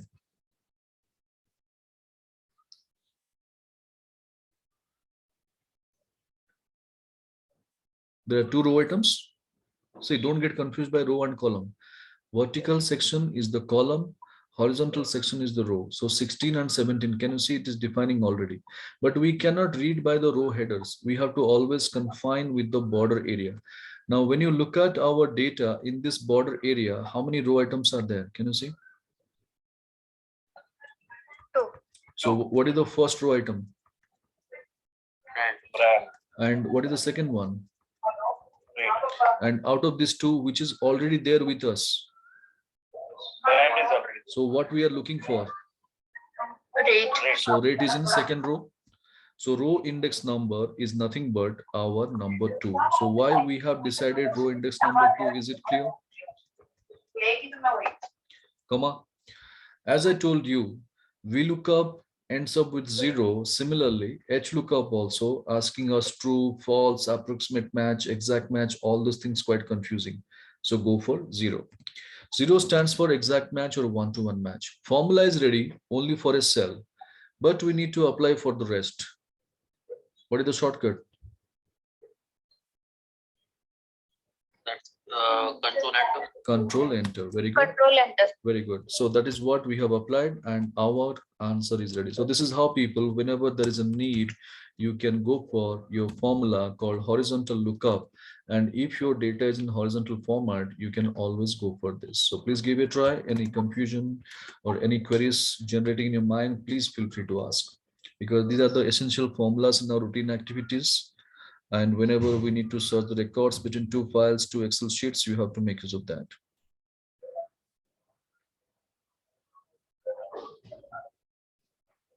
Sir ये अभी जो आपने data बताया वो सब V lookup और H lookup का आपने एग्जिस्टिंग केस मतलब एग्जिस्टिंग फाइल पे बताया जी। बट सपोज कि हमारे पास 2 या 3 शीट्स है फिर भी हम कैसे काम करेंगे सेम लाइक दैट? बिल्कुल। देखो, ये मान लो मेरा वेंडर्स कैटलॉग है, मुझे ये यहाँ पे जो ब्रांड है मैं 4-5 ब्रांड उठाता हूँ, ठीक है, और मैं अपना डेटा विजुअलाइजेशन यहाँ पे पहुंच गया। ये है 2 अलग अलग शीट में वीलुकअप कैसे होगा। एक डेटा मेरा डेटा विजुअलाइजेशन में है और मास्टर डेटा मेरा लुकअप में है, यहाँ पे है, ठीक है। तो मैं क्या करूंगा, यहाँ पे जाके अपना वीलुकअप फॉर्मूला मैं चूज करूंगा is equal to VLOOKUP taking lookup value comma क्या पूछ रहा है, टेबल एरे, ठीक है। टेबल एरे कहाँ पे है, लुकअप वैल्यू में शीट में है, और कहाँ से कहाँ तक, ब्रांड से लेके रेट तक।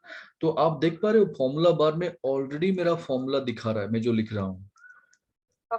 सो वहां पे मुझे कंटिन्यू करना है, मुझे वापस नहीं जाना है, डेटा विजुअलाइजेशन शीट में वापस नहीं जाना है, यहाँ से कंटिन्यू करना है क्योंकि फॉर्मूला मुझे दिख रहा है, कोई दिक्कत नहीं। तो मैंने बताया था आपको डेटा नीचे नहीं जाना चाहिए, तो उसको लॉक करनी है, F4 हो गया, और फिर कॉमा कॉलम इंडेक्स नंबर। तो जब हमने ये ब्रांड एंड रेट लिया, कौन से कॉलम में रेट है, second. So we have to go and apply to, and how we look up ends up with 0 false, तो दे दिया, एग्जैक्टली 0 मैच। देने के बाद फॉर्मूला एक ही सेल में बना है अभी तक, लेकिन पूरे रेंज में अप्लाई करना है। What is the shortcut, control Z, sorry control enter आ गया। तो ये हुआ मल्टीपल शीट्स वी लुकअप, मतलब 2 शीट्स के अंदर वी लुकअप अगर लगानी है, इस तरह से आप लगा सकते हो।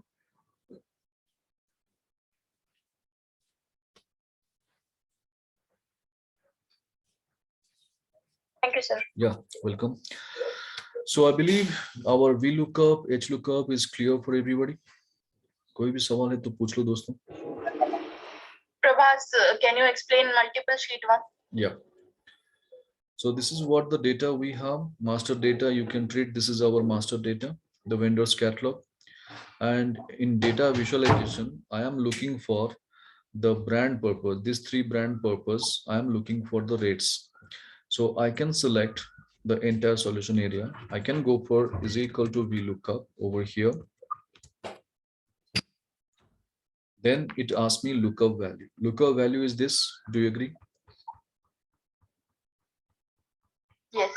Come on. What is the next one? Table array. I told you what is the meaning by table array. Where to search? So मेरा master data कहाँ पे है? In lookup sheet. This is what the area. In this area, I need to search. Do you agree? Yeah. And this is what it is displaying in the formula itself. Can you see that? Yeah. So there itself, I need to continue. I don't need to go back to my data visualization and continue. From formula bar itself, I can continue from this. So this range should not move down. I need to lock it. So formula bar में देखो locking हो रहा है. No problem. Comma. जब मैंने डाला ये पूछा मुझे column index number. So in my master data, there are two columns, brand and rates. And I have already got the brands. I am looking for the rates. So I need to go and type 2. Why column index number 2 we discussed. Is that clear? Yes. Yes. Comma. VLOOKUP always ends up with 0. That's what I told you, a standard practice you follow. Then control enter. And when you go for control enter, this is going to apply for all the selected cells. Okay, so formula bar is remains the same for different sheets also. Different sheets, different Excel files as well. Okay. Yeah.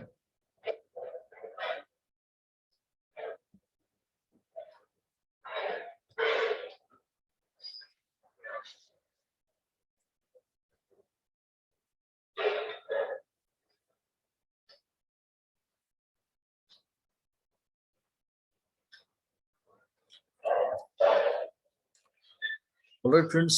So any doubt, any queries about VLOOKUP and HLOOKUP applications or all the elements of our VLOOKUP or inputs, whatever we discussed?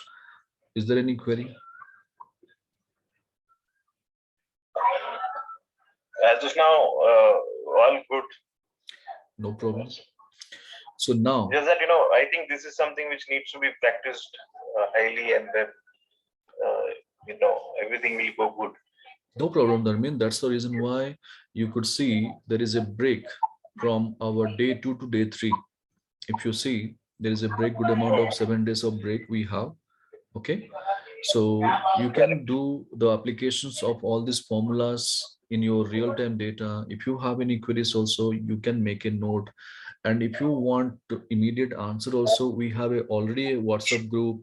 There you can add your queries, and anybody, other members also would like to take the voluntarily interest to answer your query. We have all these privileges. And if it remain unanswered, day 3, I'm coming to the picture. I'm going to help you out. Don't worry about it.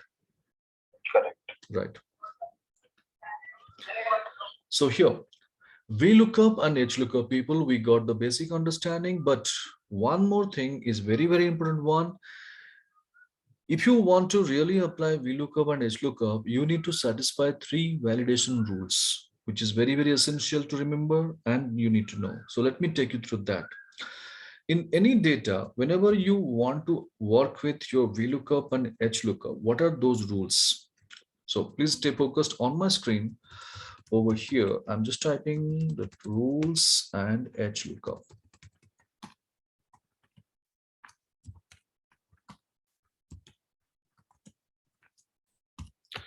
Rule number 1, VLOOKUP says that the data has to be in vertical format, then only I can help you. Like, what is that meaning by vertical format? See, here our data is in vertical format, here also in vertical format, so we are able to apply VLOOKUP. So here the data is in vertical format and we are looking for something in horizontal. This will not be happening. So data has to be in vertical format, then only we can apply VLOOKUP. HLOOKUP says the data has to be in horizontal format, then only I can help you. Like if you look at our data here, The data is in horizontal format. That's why we able to apply this. Okay, now rule number 2. VLOOKUP says that there should not be any duplicate in your master data. Master data in the sense, in our case, vendor's catalog. VC, I'm writing in short. VC means vendor's catalog. Like, what is the second rule? The moment my vendor has given the catalog in the brand column, no brand should be duplicate. If at all duplicate is there, VLOOKUP will pick up the first value because VLOOKUP takes only unique data entry. So whatever the first entry in the range, it considers as the unique entry, and rest of entries are duplicate, and that's why it always picks the first value. Now, rate may be duplicate, no problem. In my data, brand may be duplicate, no problem. But in master data, brand column should not contain any duplicate. This is our rule number 2. Similarly, same rule goes for our horizontal lookup also. There should not be any duplicate. Rule number 3. VLOOKUP says that the data flow has to be always left to right. What is the meaning by left to right flow of data? See the beauty. Suppose say taken a case over here, when I inquired with the vendor has given the data in this format. Then VLOOKUP is unable to read our data from right to left because it always have the habit of reading the data from left to right. So this is called our left to right flow of data always has to be there. But it's not mandatory that rate column has to be there with immediate right to the brand column. It can be in this setup also. When vendor is giving the data, it can be like this, no problem. But we cannot select our data holding the control button like this and consider this is as column index number 2. No, we have to select our table array like this. And we have to continue or keep continuing over here by counting the columns 1, 2, 3, 4, 5, 6, 7. And column index number, now it is going to be 7. This is how we have to continue. So this is called our left to right flow of data is essential over there in our VLOOKUP formula. Similarly, HLOOKUP says the data flow has to be always top to bottom. Like when you see our data, the vendor's catalog, suppose he has given the catalog in this format. So data flow cannot be from bottom to top in horizontal case. So it has to be always top to bottom only. So these are the 3 basic rules, people, you have to always keep in your mind whenever you go for your VLOOKUP or HLOOKUP cases. So I'm copying and pasting. You can copy from the chat box and paste it on your notes. So I believe everybody is clear with the rules. Any doubt, any queries, feel free to ask.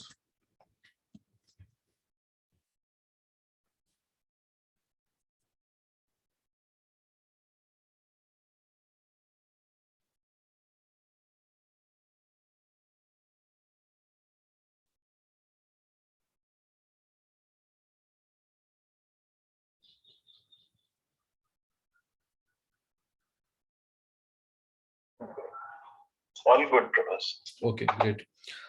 So I request everybody, people, that taking the live data, you keep practicing over there, because if you do not practice, there is no point having a break of this pattern. Whatever we have created, it will go in vain, because just one end you keep taking the data or keep in taking all the inputs from the training program and you are unable to apply, there is no point. So I request everyone, if you have any queries, make a note. As I told you, I'm there to give a helping hand. Don't worry about it. All right. So this is about our VLOOKUP and HLOOKUP application, people. So you can apply VLOOKUP or HLOOKUP between 2 different Excel sheets, 2 different Excel files, and in the same worksheet itself, top to bottom, left to right, if you have the data, you can go for it. And this is pretty easy. Trust me, in Microsoft Excel. If you are working with Google Sheet, it will be very complex. Complex in the sense you have to go for maintaining your URLs, and you have to copy the file location details, and there we have to go for sheet references. You have to go for range references, a lot of things in Google Sheet. So Microsoft Excel, It is pretty easy. Okay. Fine. So this is it about our day two people. Any doubt or any queries for the day, please ask me. We have got some 8 minutes time, so we can discuss that. So let me have a quick coverage what we have discussed in day one and day two. Okay. So we have started with our basic business maths calculations by using the formulas like sum product. Then we have gone for small, large with combinations of rows. And then we have gone for M round, multiple round. Then we have used the logical formula. And I told you not to use this and have a replacement for the same, because the more the if formula, file size will be more. Then we have got our date and timestamp related calculations. So date like network days international, e-date, text, year formula. Then we have gone for EO month, end of month formula. Then we have seen some timestamp related calculations, how to deal with the same. Then we have seen how to present our data with more information, or how to make it informative with different statistical calculations. Then we have seen how to make our data presentable by taking the format as table options help. Then we have seen a hidden formula of Excel called deaddiff, how to use it over there to compute the difference between two setup of dates. And there we have used some text operators like y, ym, md to represent our year, year to month, or month to date. Then we have seen the uses of our F4 key, which is very, very essential while writing the formula. F4 key once to lock the column and row as well. F4 twice, row alone will be locked, column will be free. F4 thrice, column alone will be locked, but row will be free. Then we have seen the data analytical tool called GoalSeek from What If Analysis, and how to make use of this tool. We have seen a beautiful example of salary slip. Okay. Then we have seen the data cleansing techniques. When you have the errors in place, or text-driven errors or blanks in place, how to make your data ready to the next level by doing the right treatment of those things and make your data a clean one. Next, we have seen when you download the data from SAP or ERP system, how to validate the necessary columns like numbers, bringing the same to number format, date, bringing the date into proper date format, and how to settle all our errors and make our data clean by using the text to column options, how to convert our any format of data to general format by using the control shift and tilde symbol over there, the infinitive symbol. Then we have seen a beautiful artificial intelligence tool of Microsoft Excel 2013 and above is called Flash Fill. Keyboard shortcut, Control E. Rules, there are 4 rules you need to satisfy all the time when you go for Flash Fill rules. And when Flash Fill fails, how to extract data by formula usage. We have seen 2 formulas. One is find, the other one is left. Prabhas, can you type these rules in the chat box? It is there already. I guess you. It is already there chart. I have already, if you see the chart box history, it is already there. If you do not have, I can do it right now, no problem. Because I remember I have pasted it. If you see Flash Fill rules, can you see? It's there. Yes. Yeah, Prabhas, one more thing. I guess, you have not given us the chat of, kind of access. No, it is I there. don't know. It is there. I do not get. It is there, Amit. Have you given it? Yes. All the rights are there with you. Participants' rights, you can copy the chart box, whatever the information, and you can paste it. Maybe if you're accessing. Getting that chat box option. Maybe. Is it your office laptop you are using? No, actually, that's my personal laptop. Well, so anybody else is facing the issue, unable to copy the chart information, what I'm sharing? No. Maybe from MS Teams from your side, we have to check, Amit, because that I do not restrict people doing that. Actually, I never do. I ever get the chat box. No problem. You can, if you, but you're able to see my chart window, right? Yes. Okay, do one thing. Whenever you believe it is not visible, take a screenshot by snipping tool. Use the snipping tool option. Okay. Yes. You use That's that. what I have. All right. Little bit homework you have to do at the end of the training. That's it. Fine then. So next we have Prabhas, discussed. can you share this working sheet with us? That would be very easy for them who cannot copy this chat. No, I will not. I will not say that. Sorry. Sir, can you please share the Don't worry, don't worry. सब मैं share कर दूंगा, आप चिंता मत करो. पहले मुझे बताने दो मैं क्या कवर किया हूँ, सब कुछ आपको दे दूंगा. मैं क्या क्या देने वाला हूँ वो भी बताऊंगा. Don't worry, just have patience, please. Okay, so let us first have a completing this topic. Whatever we have discussed today. Anything is missing, you can ask me in the meantime. And कुछ नहीं है तो मैं बता दूंगा कि मैं क्या क्या देने वाला हूँ as a helping hand. See. We discussed about the data fill technique. Whenever you download the data from SAP or ERP system, if you have regular intervals, some blank cells in place, how to deal with the same, making our data ready to the next level, turning the data into a flat data, which will be ready for pivot, filter, anything or subtotal, anything you can work around with that. Then we have seen, without doing the regular sorting work, how to add a flavor by using this kind of slicer tab in the generic tabular data by converting the normal data into a tabular data, and you can add this slicer and a subtotal formula. So this will be more dynamic and people will love to navigate through your data. Then we have seen how to add multiple data sets in one single cell by converting the data into table and applying filter and work around with the same by simply converting the data into table, and the keyboard shortcut is Control T. Then we have seen the various data visualization styles like our conditional formatting, data bars, Sparklines, and then icon sets and the add-in. And over there, I have also showed you how to make use of this line Sparkline to give a proper feel of a trend over there in the data set.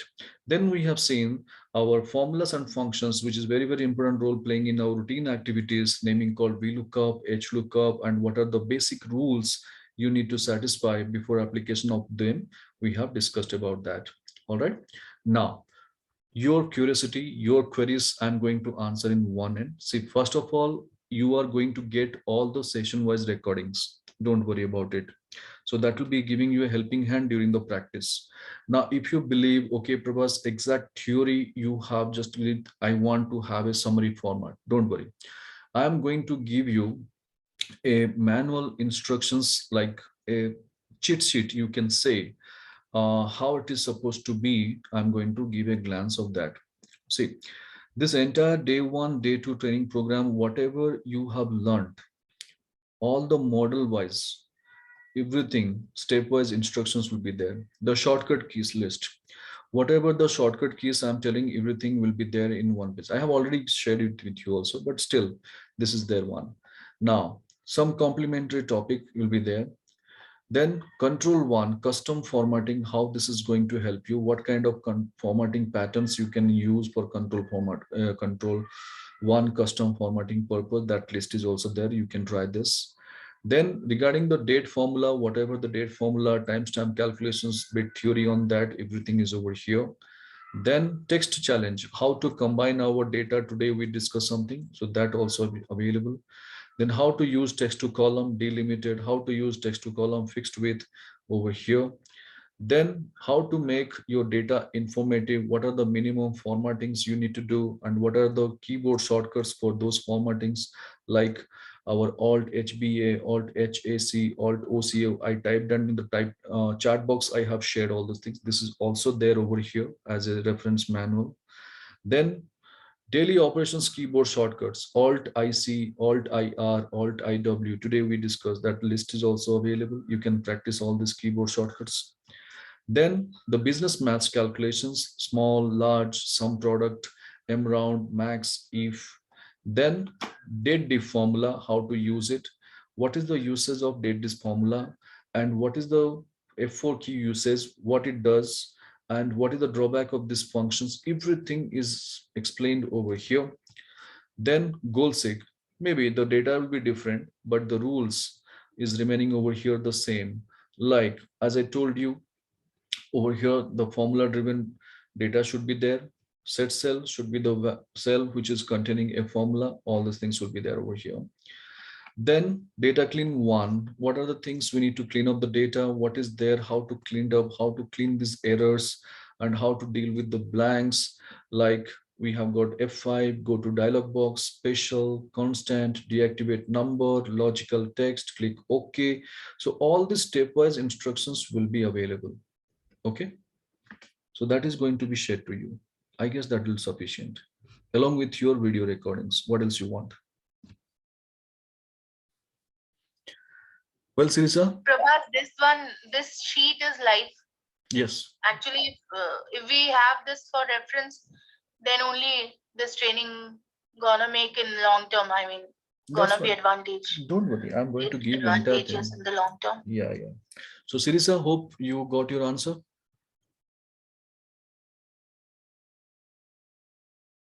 Prabhas, I have noted down everything, but the people who cannot copy and paste whatever you have given in the chat box, for them I was saying. Okay, I appreciate your thought process. No, I said no, that was just for a fun, but that was not intentional. Don't worry. That's what I wanted to mean. That's okay. That's okay. Yeah. All right, people. Any other queries from anybody? So, Prabhas, thanks. Prabhas, I have a small question which I would like you to solve on next Saturday, I guess, right? Next class will be on next Saturday. No, it is on Sunday. Next two Sundays. Okay, whenever. Yeah. So, like we take the test of the trainees now. Let's say we are 9 trainees and you will give us 10 questions, each containing 4 to 5 options, and the format is not consistent. Some questions will have 2, 3, 4, 5 essay objective types, and then you have to analyze it. So there should be a I mean, I have seen people and I have learned from them, but never remember it. Okay.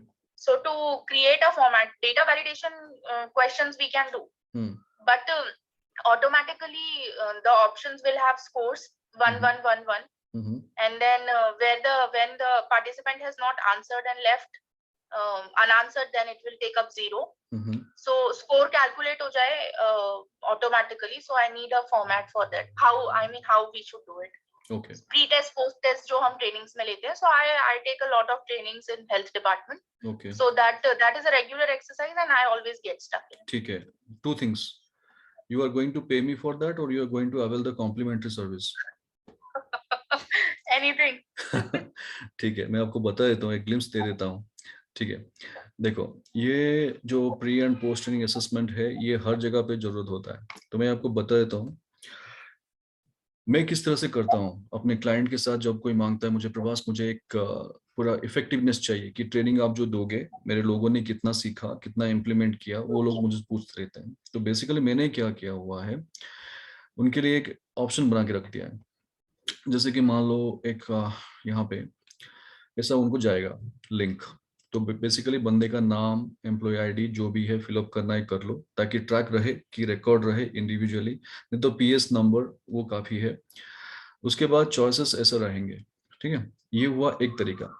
क्योंकि कुछ लोगों को इस तरह से print out लेके उनको दिखाना है, स्टेशनरी वेस्ट करने में उनको बहुत अच्छा लगता है. They go for this. I don't mind because this is their headache. मैं जो रेकमेंड करता हूँ यहाँ पे मैं आपको दिखाता हूँ.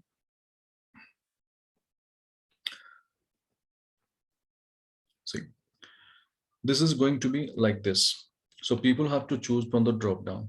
ठीक है, they have to बस select, बस जाके वो सेल सिलेक्ट कर देंगे, फाइल को सेव करके भेज देंगे. तो मैं उसको इवैल्यूएट कैसे करता हूँ मैं आपको दिखाता हूँ. ठीक है, यहाँ पे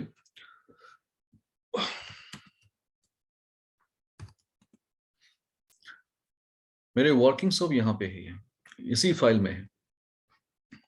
ठीक है, देखो चॉइस 1 2 3 4 जो भी है, आंसर कौन सा है मैंने प्रीडिफाइन कर दिया. और बंदे ने जो आंसर जब देगा उसका यहाँ पे आउटपुट आएगा और उसको ये दोनों को कंपेयर करेगा और उसके हिसाब से स्कोर डाल जाएगा. तो 9 मतलब अभी तक अटेम्प्ट नहीं किया हुआ है. जब अटेम्प्ट करेगा इधर 0 नहीं तो 1.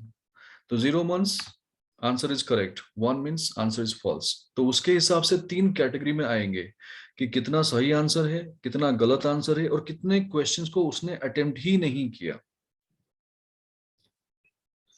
Same thing I was looking for. Right. Don't worry, मैं ये टेम्पलेट आपको शेयर कर दूंगा. वही फॉर्मूला में बस आपको ये ड्रॉप डाउन्स चेंज करते रहना है. So these drop downs I can create my options I give. Right. Predefine answer कैसे देते हैं कि हाँ तो आपको जो आपने बोला, खाली टाइप so कर देना that है। जैसे ही हम उसमें उसका आपको ऑप्शन आंसर खुद करें तो वो ले कि राइट खुद इवैल्यूएट कर ले। राइट, ये खुद ही इवैल्यूएट करता है। देखो यहाँ पे खाली आपको अपना आंसर डालना है, जो सही आंसर है कौन सा है, ड्रॉप डाउन 1, ड्रॉप डाउन 2 या ड्रॉप डाउन 3 या ड्रॉप डाउन 4, ये खाली आपको यहाँ पे डाल देना है। तो जब बंदा ऑटोमेटिकली आंसर करेगा ड्रॉप डाउन से, स्कोरिंग यहाँ पे ये वाला इफ फॉर्मूला लेके वो डिसाइड करेगा। राइट ठीक है, हो गया आपका एक बड़ा सा प्रॉब्लम सॉल्व हो गया। और क्या चाहिए बोलो? Thank you so much. And whenever we Google these things now, I don't think apart from trainer anyone can solve no this. Google, nobody creates all those things and they don't share this kind of templates. So जो भी करेगा वो complementary service नहीं देगा, आपको charge करेंगे इसके लिए। ये मैंने क्यों बनाया, क्योंकि every time some organizations they keep demanding all these things, the L&D team, because they hardly get some numbers to quantify. This is the only way they can showcase कि हाँ हमने ये किया और participants लोगों का efficiency level ऐसा इतना था ट्रेनिंग से पहले, because of training this much of improvement in terms of percentage बढ़ा, तो definitely you should pass some more budget for the learning and development. तो इस तरह से मीटिंग में उनको प्रोजेक्शन प्रेजेंटेशन सब करनी पड़ती है। Same thing we have to do. Yeah.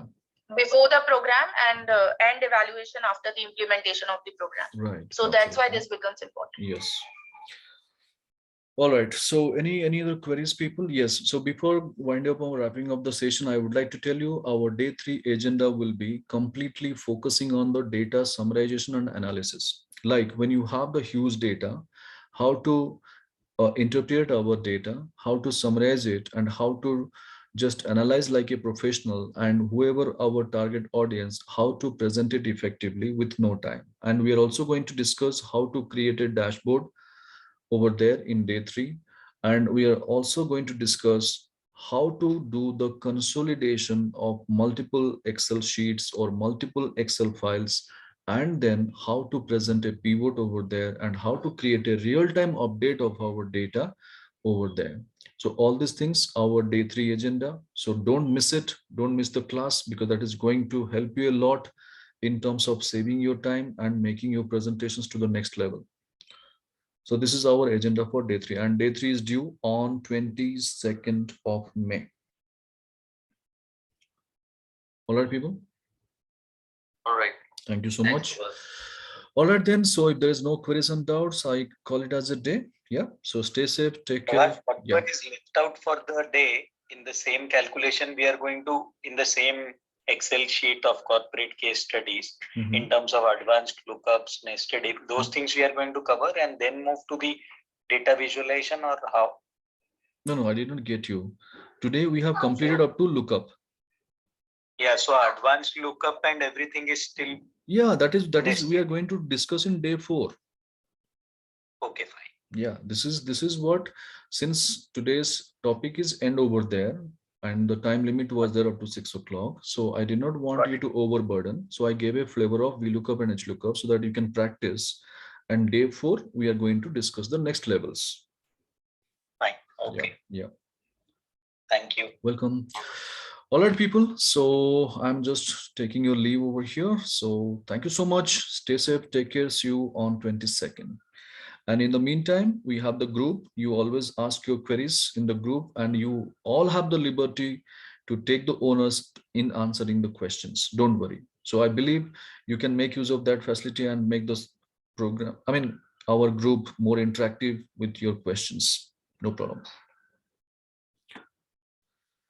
Thank you, Prabha. Yeah, welcome. Bye-bye. Thank you. Thank you. Bye. Okay. Thanks, bye. Welcome. Thank you, Prabhas. Welcome, Shirisha. No problem. Prabhas, Yes. I have a small query over here. Please ask me.